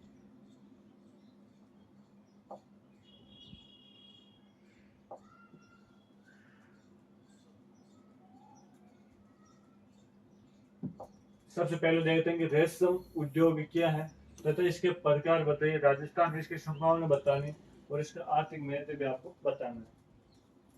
तो पहला है कि रेशम उद्योग रेशम के तंतु से प्राप्ति के लिए रेशम कीट पालने की प्रक्रिया है। रेशम उद्योग क्या है, तो रेशम उद्योग है कि जो रेशम का तंतु या रेशम के तंतु से प्राप्त रेशम कीट पालने की क्या प्रक्रिया या रेशम पालन की प्रक्रिया। इसके अलावा है ये शहतूत की खेती, रेशम कीट पालन, कोकून के लिए कटाई और रेशम उत्पादन की प्रक्रिया शामिल है। इसके अंदर रेशम उद्योग के अंदर कौन कौन सी क्रिया शामिल है, तो इसके अंदर ये तो आता है हमारे शहतूत की खेती। शहतूत की खेती की आवश्यक है क्योंकि रेशम कीट पालन किस पर करेंगे, हम शहतूत पर करेंगे। इसके अलावा रेशम कीट पालन, कोकून की कटाई, रेशम उत्पादन प्रक्रिया आदि इसके अंदर क्या शामिल। इसके अलावा प्रकार की बात करें तो प्रकार इसके अंदर आता है मलबेरी सेरिकल्चर। मलबेरी मतलब शहतूत रेशम कीट पालन। शहतूत की रेशम कीट पालन होते हैं उसके दो प्रजाति, और एक होती है मलबेरी, एक होती है नॉन मलबेरी। अर्थात एक होती है जिसको हम शहतूत पर पालते हैं, एक होती है जिसको हम बिना शहतूत पर पालते हैं। शहतूत पर जैसे बॉम्बे मोरई वगैरह होती, जो बिना शहतूत वाली हो गई वो हमारे टसर हो गई, एरी हो गई, मूंगा हो गई, वो प्रजाति होती है जो हमारी नॉन मलबेरी टाइप की होती है। तो यहाँ पर देखते हैं मलबेरी सेरिकल्चर, ये जो सबसे अधिक प्रचलित है, सबसे अधिक प्रचलित है। और इससे में बॉम्बे जो मोरी है, जो मोरई होती है वो शहतूत के पत्ते खाती है। इसके अलावा आते हैं हमारी non mulberry sericulture. Non mulberry कौन सी होती है, ये जंगली रेशम कीट होते हैं जिसके अंदर बात करें टसर, टसर, एरी, मूंगा।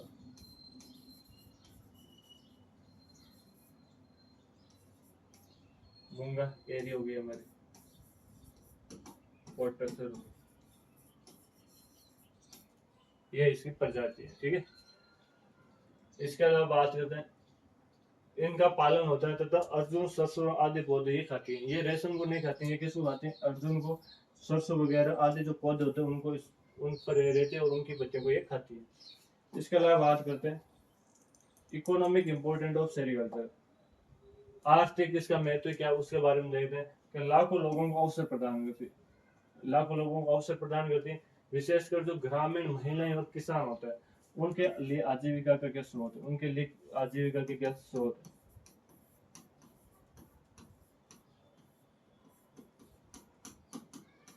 उनके लिए आजीविका का क्या आपका स्रोत है।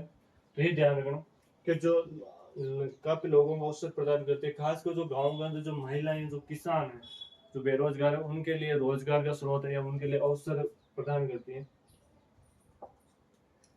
शहतूत के निर्यात से विदेशी मुद्रा मुद्रा जो है वो अर्जित होती है।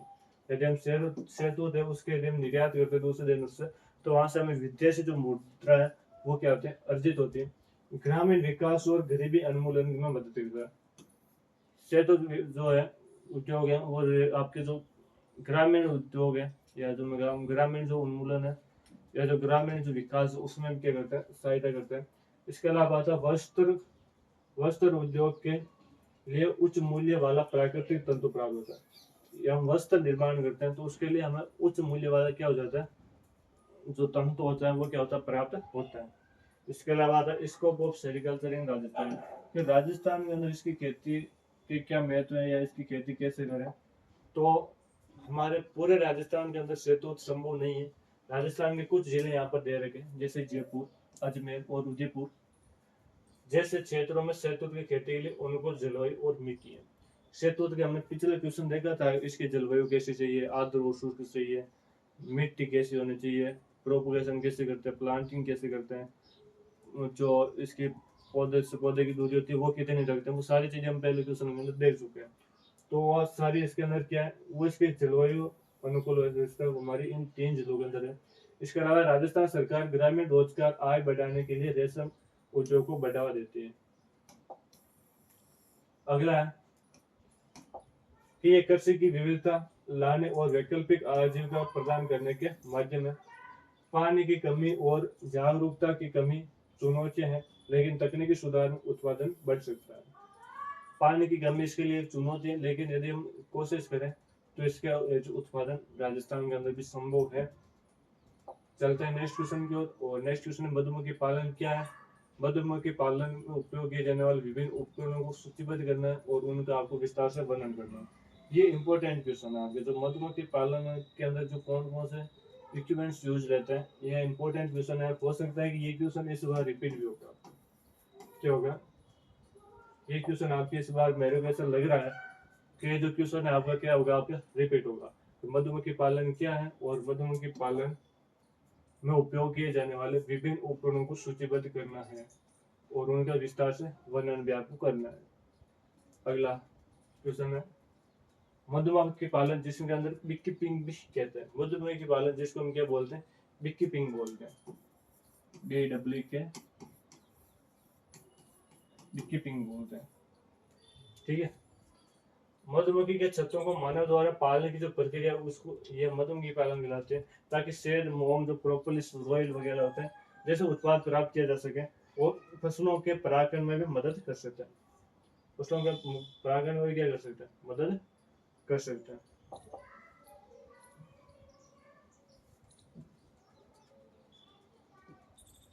चलते हैं आगे, और अगला मधुमक्खी पालन कृषि में प्राकृतिक परागण में भी फसल उत्पादन बढ़ाना और महत्वपूर्ण मधुमक्खी उत्पादन में अहम भूमिका निभाता है। अगला आता है equipments used in apiculture. Equipments used in apiculture, apiculture क्या होता है, मधुमक्खी पालन। इसके अंदर कौन कौन से इक्विपमेंट्स हम यूज लेते हैं उनके बारे में देखते हैं। तो पहला आता है मधुमक्खी का छत्ता। ये छत्ता होता है एक आर्टिफिशियल होता है, मधुमक्खी द्वारा निर्मित नहीं होता, मानव द्वारा निर्मित एक छत्ता होता है। जब मधुमक्खी का क्या होता है, आवास होता है। क्या होता है, मधुमक्खी का आवास होता है जब वो मधुमक्खी समूह में रहती है। आपने जो बॉक्स वगैरह देखे होंगे उनकी बात हो रही। इसके अलावा आता है धुआं देने वाला उपकरण। धुआं देने वाला यंत्र या ये क्यों उपकरण है, तो ये होता है कि जब हम मधुमक्खी के छत्ते से शहद निकालते हैं उस टाइम हमें ये क्या करता है, सुरक्षा प्रदान करता है।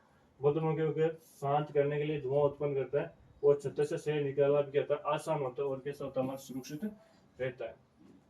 तो दो यंत्र हो गए, तो हो गया मधुमक्खी का छत्ता, एक होता है धुआं निकालने वाला यंत्र, एक होता है हमारे हाइव अर्थात छत्ते के औजार। धातु का उपकरण जो छत्ते को हिस्सों को अलग करने और मोम को प्रोपोलिस को साफ करने के लिए क्या होता है, इस्तेमाल होता है। ठीक है, हाइव हाइव टूल है ना, हाइव टूल अर्थात छत्ते के औजार। ये क्या करते हैं, धातु के उपकरण होते हैं जो छत्तों को हिस्सों को अलग करने, जो छत्ते के हिस्से होते हैं उसको अलग करने के लिए क्या होता है, इस्तेमाल किया जाता है। इसके अलावा होता है सुरक्षात्मक अर्थात प्रोटेक्टिव क्लॉथ। सुरक्षात्मक कपड़े हैं, कपड़े के यूज लिए जाते हैं कि मधुमक्खी डंक वंक नहीं मार दे, इसलिए इसको क्या करते हैं, यूज करते हैं। इसके अलावा हनी एक्सट्रैक्टर अर्थात मोहर, जो शहद होता है उसको निकालने वाले यंत्र। ये एक केंद्रीकृत मशीन होती है। क्या होती है, हमारे केंद्रीकृत मशीन होती है जो छत्ते को नुकसान पहुंचाए बिना शहद क्या करते हैं, निकालती। तो कुछ हमने यंत्र देख के, पहला मैं बात करूं तो पहला हमने देखा हमके मधुमक्खी का छत्ता,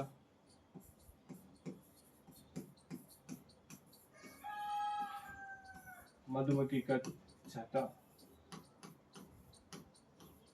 जो मानव निर्मित होता है। दूसरा हमने देखा हमारे धुआं निकालने का यंत्र, सॉरी धुआं देने वाला यंत्र। ये धुआं देने वाला जो यंत्र होता है, धुआं से मधुमक्खी के जो होता है वो शांत स्वभाव हो जाता है और ये क्या करते हैं, जो शहद निकाल लेते हैं हमें क्या देते हैं, सुरक्षा प्रदान करता है। इसके अलावा हमने देखा तीसरा कौन सा था हमारा, प्रोटेक्टिव क्लॉथ, सुरक्षात्मक कपड़े।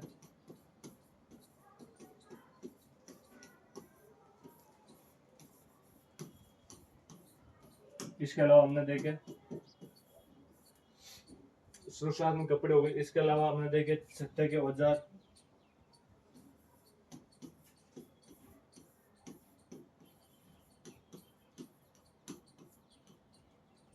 एक हमें वो छत्ते से शहद निकालने वाली मशीन, वो हो गई हमारी पांचवी, छत्ते से शहद निकालने वाली मशीन। फिर 5-6 इसके इक्विपमेंट्स हैं। इसके अलावा और भी इक्विपमेंट्स हैं जिनके बारे में हम चर्चा करेंगे, जैसे हमारे क्यूएन एक्सक्लूडर। क्यूएन एक्सक्लूडर ये क्या होते हैं, जो रानी होती है उसको अंडे देने से रोकने वाली मशीन। अब आप बात करोगे अंडे देने से रोकेंगे क्यों, कि वो जो शहद वगैरह होता है उसके अंदर अंडे दे देती है, जिससे वो शहद से दुर्गंध आने लग जाती है, शहद क्या हो जाता है, खराब हो जाता है, तो उसे रोकने वाली ये बात यहाँ पे छत्ते के अंदर रखे जाने वाली जो जाली होते हैं, जो रानी मधुमक्खी को शहद वाले भागों में अंडे देने से रोकती है। जो क्यून एक्सक्लूडर होते हैं वो इसके अंदर काम आते हैं। इसके अलावा बात करें फ्रेम ग्रिप, फ्रेम पकड़ने का उपकरण, जो छत्ते का जो फ्रेम होता है उसको पकड़ने के क्या आते काम आती है। छत्ते की जांच के दौरान फ्रेम उठाने के लिए क्या आते काम आती है। इसके अलावा होता है फीडर, खुराक देने वाला उपकरण।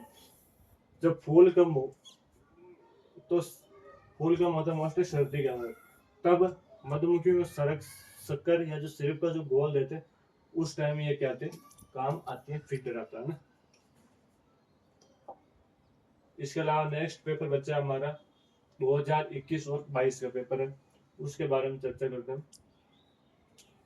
अगला आता है रेशम सिल्क। रेशम एक प्राकृतिक रेशा है।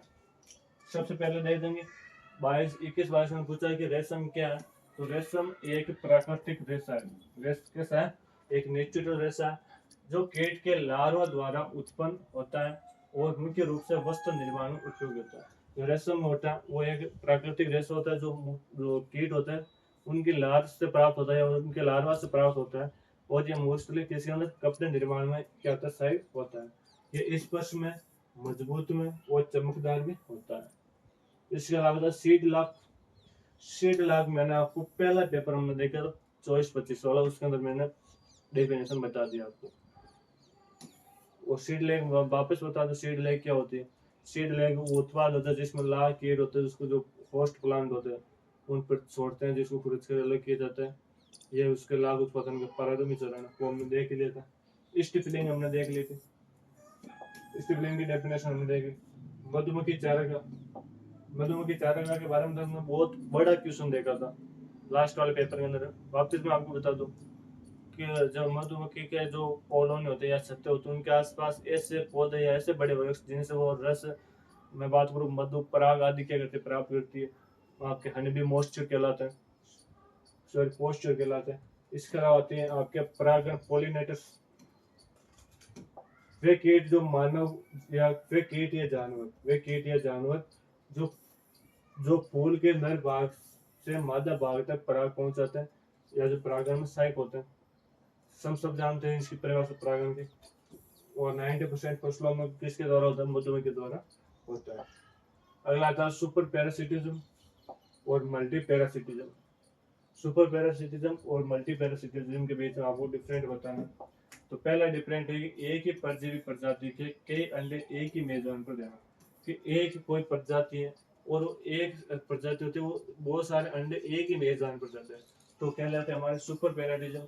और मल्टी पैराटिज्म होता है कि अलग अलग कोई परजीवी प्रजाति है, एक प्रजाति नहीं है, अलग अलग प्रजाति है और वो एक मेजबान पर क्या देते हैं, आपके अंडे देते हैं, एक साल अंडे देते हैं। सुपर पैरासिटिज्म के अंदर क्या होगा, प्रजाति एक ही देगी और एक ही मेजबान पर क्या देगी, आपके अंडे देगी। एक प्रजाति जब एक साथ एक ही मेजबान पर बहुत सारे अंडे दे देते हैं उसको सुपर पैराडिज्म बोलते हैं। और मल्टी पैराडिज्म क्या होता है कि अलग अलग परजीवी प्रजातियां जो एक ही मेजबान पर एक साथ अंडे देते हैं वो कहलाते मल्टी पैराडिज्म कहलाते हैं।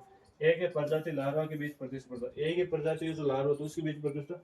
यहाँ पर जो अलग अलग प्रजाति होती है उनके लार्वा के बीच में क्या होता है, कॉम्पिटिशन होता है, प्रतिस्पर्धा होती है। चलते हैं नेक्स्ट क्वेश्चन की ओर। यूनिवोलाइड और मल्टीवोलाइड, नाम मेरे को कहीं देखे देखे लग रहे हैं, देख रहे कहेंगे यूनिवोलाइड और मल्टीवोलाइड। हाँ, क्वेश्चन आया था पिछली बार। वोल्टिनिज्म, वोल्टिनिज्म के अंदर इस दोनों वोल्टिनिज्म के प्रकार हैं।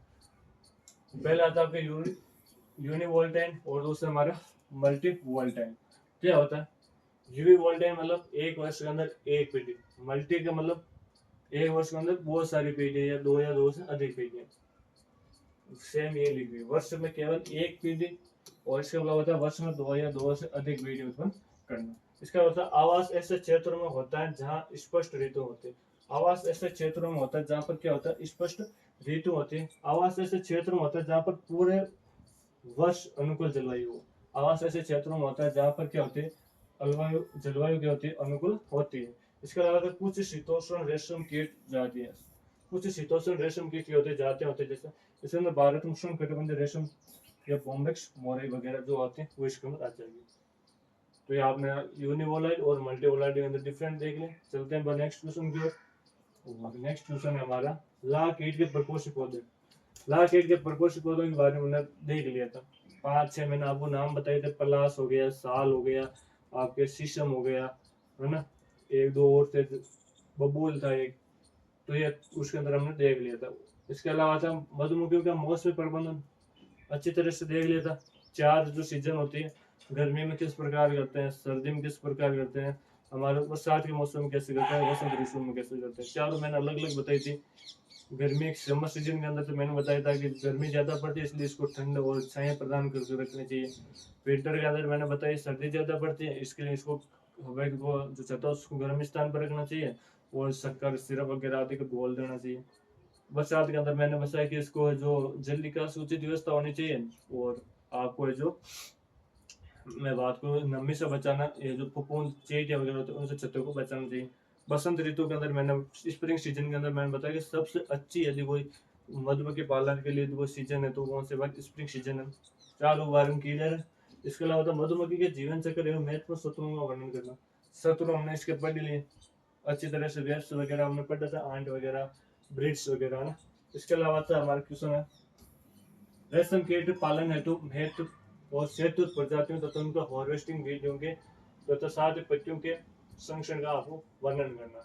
रेशम कीट पालन के महत्व, रेशम कीट पालन का महत्व शायद हमने देख लिया, शहतूत की प्रजातियां भी हमने देख चुके हैं, फिर भी हम थोड़ा बहुत देख लेते वापस कि रेशम कीट पालन उत्पादन की प्रक्रिया। रेशम कीट पालन रेशम उत्पादन की एक प्रक्रिया है जो कृषि आधारित महत्वपूर्ण उद्योग है और लाखों लोगों को रोजगार तथा आजीविका प्रदान करते हैं। रेशम एक मूल्यवान प्राकृतिक रेशा है।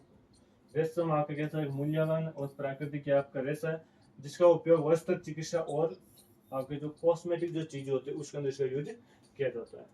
चलते हैं नेक्स्ट आगे के शहतूत।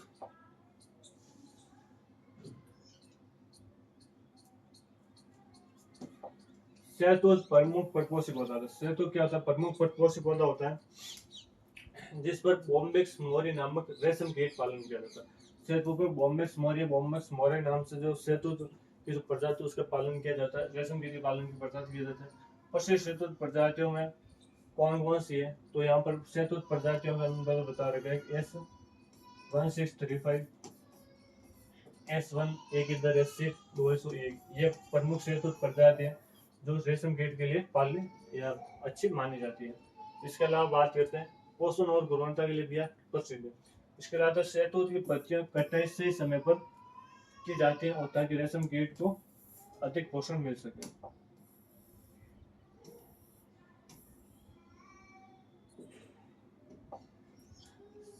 इसके अलावा आता है कि पत्तियां सामान्यतः सुबह जल्दी या देर शाम को काटी जाने या तब काटी जानी चाहिए जिसके अंदर नमी क्या रहती है, संरक्षित रहे या उपयुक्त मात्रा में हो। संरक्षण की विधि निम्न है।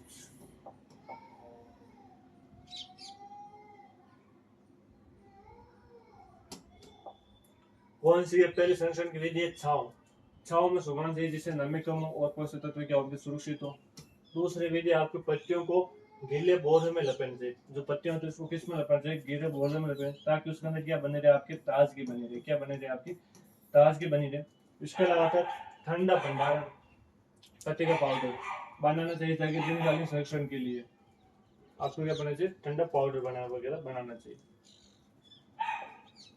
अगला आता है शहतूत। शहतूत प्रमुख परपोषी पौधा है जिस पर बोम्बिक्स मोरी नामक रेशम कीट पालन किया जाता है। यह वापस क्वेश्चन जो पेज है वो कहीं डबल बार आ गया है ना। अगला क्वेश्चन है सावधानियों के साथ ट्राइकोडर्मा स्पीशीज को बड़ी संख्या में बढ़ाने की तकनीक का वर्णन करना तथा जो सेव बेस्ड होस्ट है उसका आपको वर्णन करना। पहले हम देख चुके हैं क्वेश्चन को। अगला मधुमक्खी पालन के उपकरणों को चित्रों के साथ वर्णन कीजिए। क्वेश्चन वेरी वेरी इंपॉर्टेंट है। आपको इस बार जो 2025-26 का जो पेपर है उसके अंदर ये क्वेश्चन वापस आपको रिपीट देखने को मिल सकता है, इसलिए क्वेश्चन को ध्यान से पढ़ के जाना होगा। इसके बाद आता है कि लाख उत्पादन की वैज्ञानिक विधि का वर्णन कीजिए। लाख उत्पादन की वैज्ञानिक विधि का क्या नाम को वर्णन करना। तो देखते हैं लाख उत्पादन के बारे में, एक बार देखिए आप तब तक।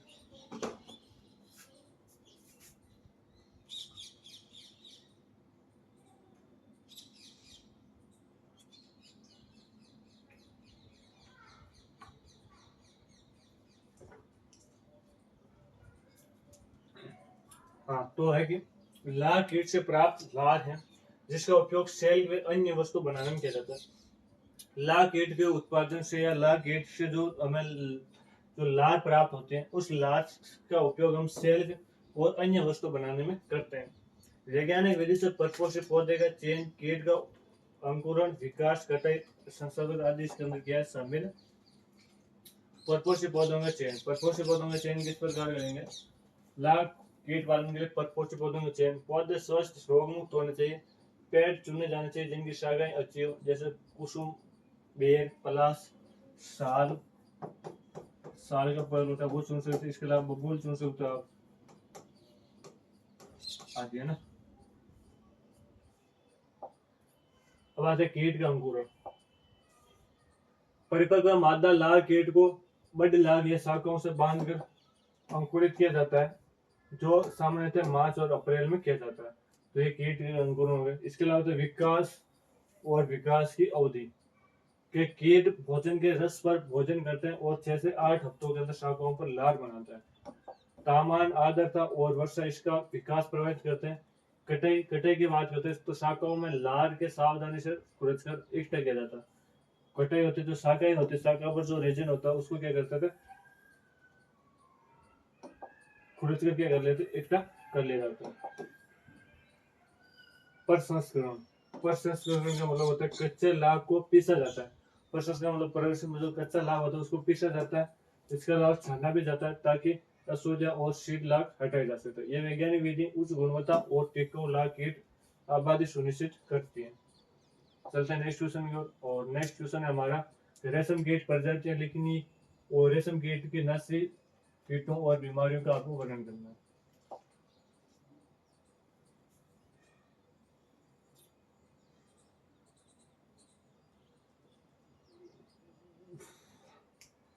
तो पहले यहाँ पर बात करता हूँ रेशम कीट की प्रजाति। रेशम कीट वे कीट होते हैं जो रेशम के लिफाफे को कोकून बोलते हैं। लिफाफे को क्या बोलते हैं? कोकून बोलते हैं। आपको कहीं भी लिफाफे यूज होता है, रेशम कीट के लिफाफे मतलब रेशम कीट के कोकून की बात हो रही है।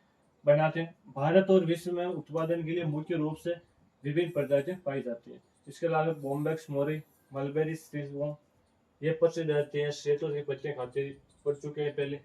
इसके अलावा आती है हमारे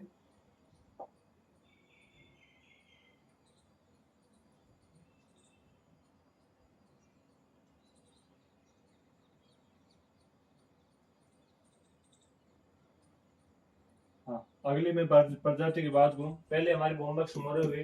दूसरी जो प्रजाति है वो एंथरा आपके मल्टीटा, जो हमारी जो टस्सर सिल्कवॉर्म है। कौन सी? जो टस्सर सिल्कवॉर्म है उसका ये नाम है। इसके अलावा बात करते हैं जंगली रेशम कीट होती है जो मुख्य रूप से कहाँ से?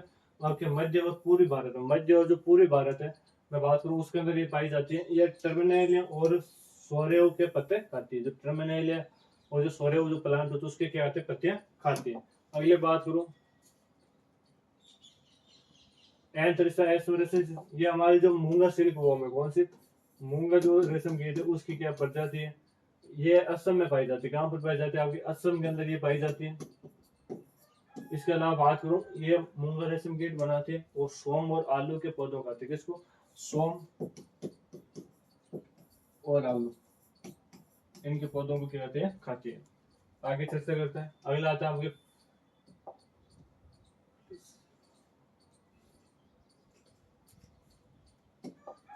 फिलोसीमिया रिसिमिया, जो हमारी एरी सिल्क वो होती है उसका ये नेम है। ये हमारी जो केस्टर और जो आपके मैं बात करूँ टोपियोका के पत्तों पर पालने वाला रेशम कीट है, जो एरी रेशम कीट बनाता है। अब आता है रेशम कीट के नासी कीट।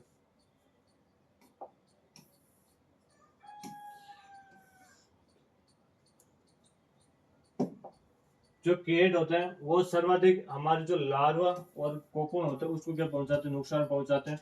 इसके अलावा बात करते हैं यूजी फ्लाई। यूजी फ्लाई की बात करते हैं, ये मच्छर की तरह लार्वा के शरीर को प्रवेश करता है और उसे मारता है। मच्छर की तरह लार्वा के अंदर प्रवेश करेगा और उसके बाद में उसको मार देता है। इसके अलावा बात करते हैं silk worm. Silk worm mites बात करते हैं पिक्रेलिया जेप्सोनी, इसका वो नाम है। ये माइट्स लार्वा को कमजोर करके मृत्यु का कारण बनाता है। इसके अलावा हमारे डर्मेस्टिड बिटल्स होते हैं, वो क्या होता है, ये भंडारित कोकून पर हमला करते हैं। जो भंडारित कोकून उस पर हमला करते हैं और रेशम को क्या पहुंचाते हैं, नुकसान। अब आता है रेशम कीट की बीमारियां। बीमारी कौन कौन सी उसके बारे में बात करते हैं। पहला आता है हमारे ग्रेसिस। ये हमारे विषाणु जनित रोग है। जैसे हमारे विषाणु जनित रोग है और इसमें लार्वा सूज जाता है और पारदर्शी दिखता है, इससे जल्दी उसकी क्या हो जाती है, मृत्यु हो जाती है। अगला आपका आता है क्लेडिक। इसमें क्या होता है, इस रोग में लार्वा को दस्त आते हैं। जो लार्वा होता है उसको क्या आता है, दस्त आने लग जाते हैं और वो सुस्त हो जाता है और कमजोर होकर क्या जाता है, मर जाता है। जीवाणु और विषाणु दोनों संक्रामक होते हैं। ये आपके जीवाणु और विषाणु, बैक्टीरियल और वायरस दोनों द्वारा होने वाला रोग है। इसका आता है पेबाइन। ये हमारे सूक्ष्म जीव रोग है। कैसे हमारे सूक्ष्म जीव रोग है, पेब्राइन। इसके अलावा बात करते हैं लार्वा के शरीर पर काले कठोर कण होते हैं। जो लार्वा का शरीर होता है उसमें कैसे होते हैं, काले और कठोर क्या हो जाते हैं, कण हो जाते हैं। काले और कठोर क्या हो जाता है, आपके कण हो जाते हैं।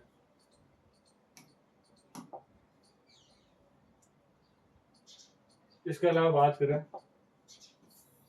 ग्रेनेज फंगल डिजीज होती है। एस्परजिलस जो स्पीसीज होती है, एस्परजिलस जो स्पीसीज होती है उसके द्वारा यह रोग होता है। अंडे लार्वा क्या कर देता है, मार देता है। इसके अलावा चलते हैं तो आज का जो हमारा पेपर सॉल्यूशन था वो यहीं समाप्त होता है। और यदि आपको क्लास अच्छी लगी आप दोस्तों के साथ शेयर करना। आप क्लास को देख लेते हो लेकिन क्लास को लाइक नहीं करते हो, तो लाइक करके आप जरूर देना। और इसके अलावा आपको किसी प्रकार का कोई डाउट हो या किसी सब्जेक्ट से रिलेटेड आपको नोट्स चाहिए, बीएससी से रिलेटेड कोई आपका डाउट हो या आपको कुछ पूछना है आपको, तो आप जो ये नंबर दे रखे हैं इन नंबरों पर आप जरूर कांटेक्ट करना। आपको है जो जरूर हमारे से जितनी कोशिश होगी उतना आपको है जो आपको वापस रेस्पॉन्स दिया जाएगा, आपके कमेंट का जवाब दिया जाएगा। और अब मिलते हैं नेक्स्ट क्लास के अंदर, तब तक हमारे साथ बने रहिए। थैंक यू, मिलते हैं नेक्स्ट क्लास में।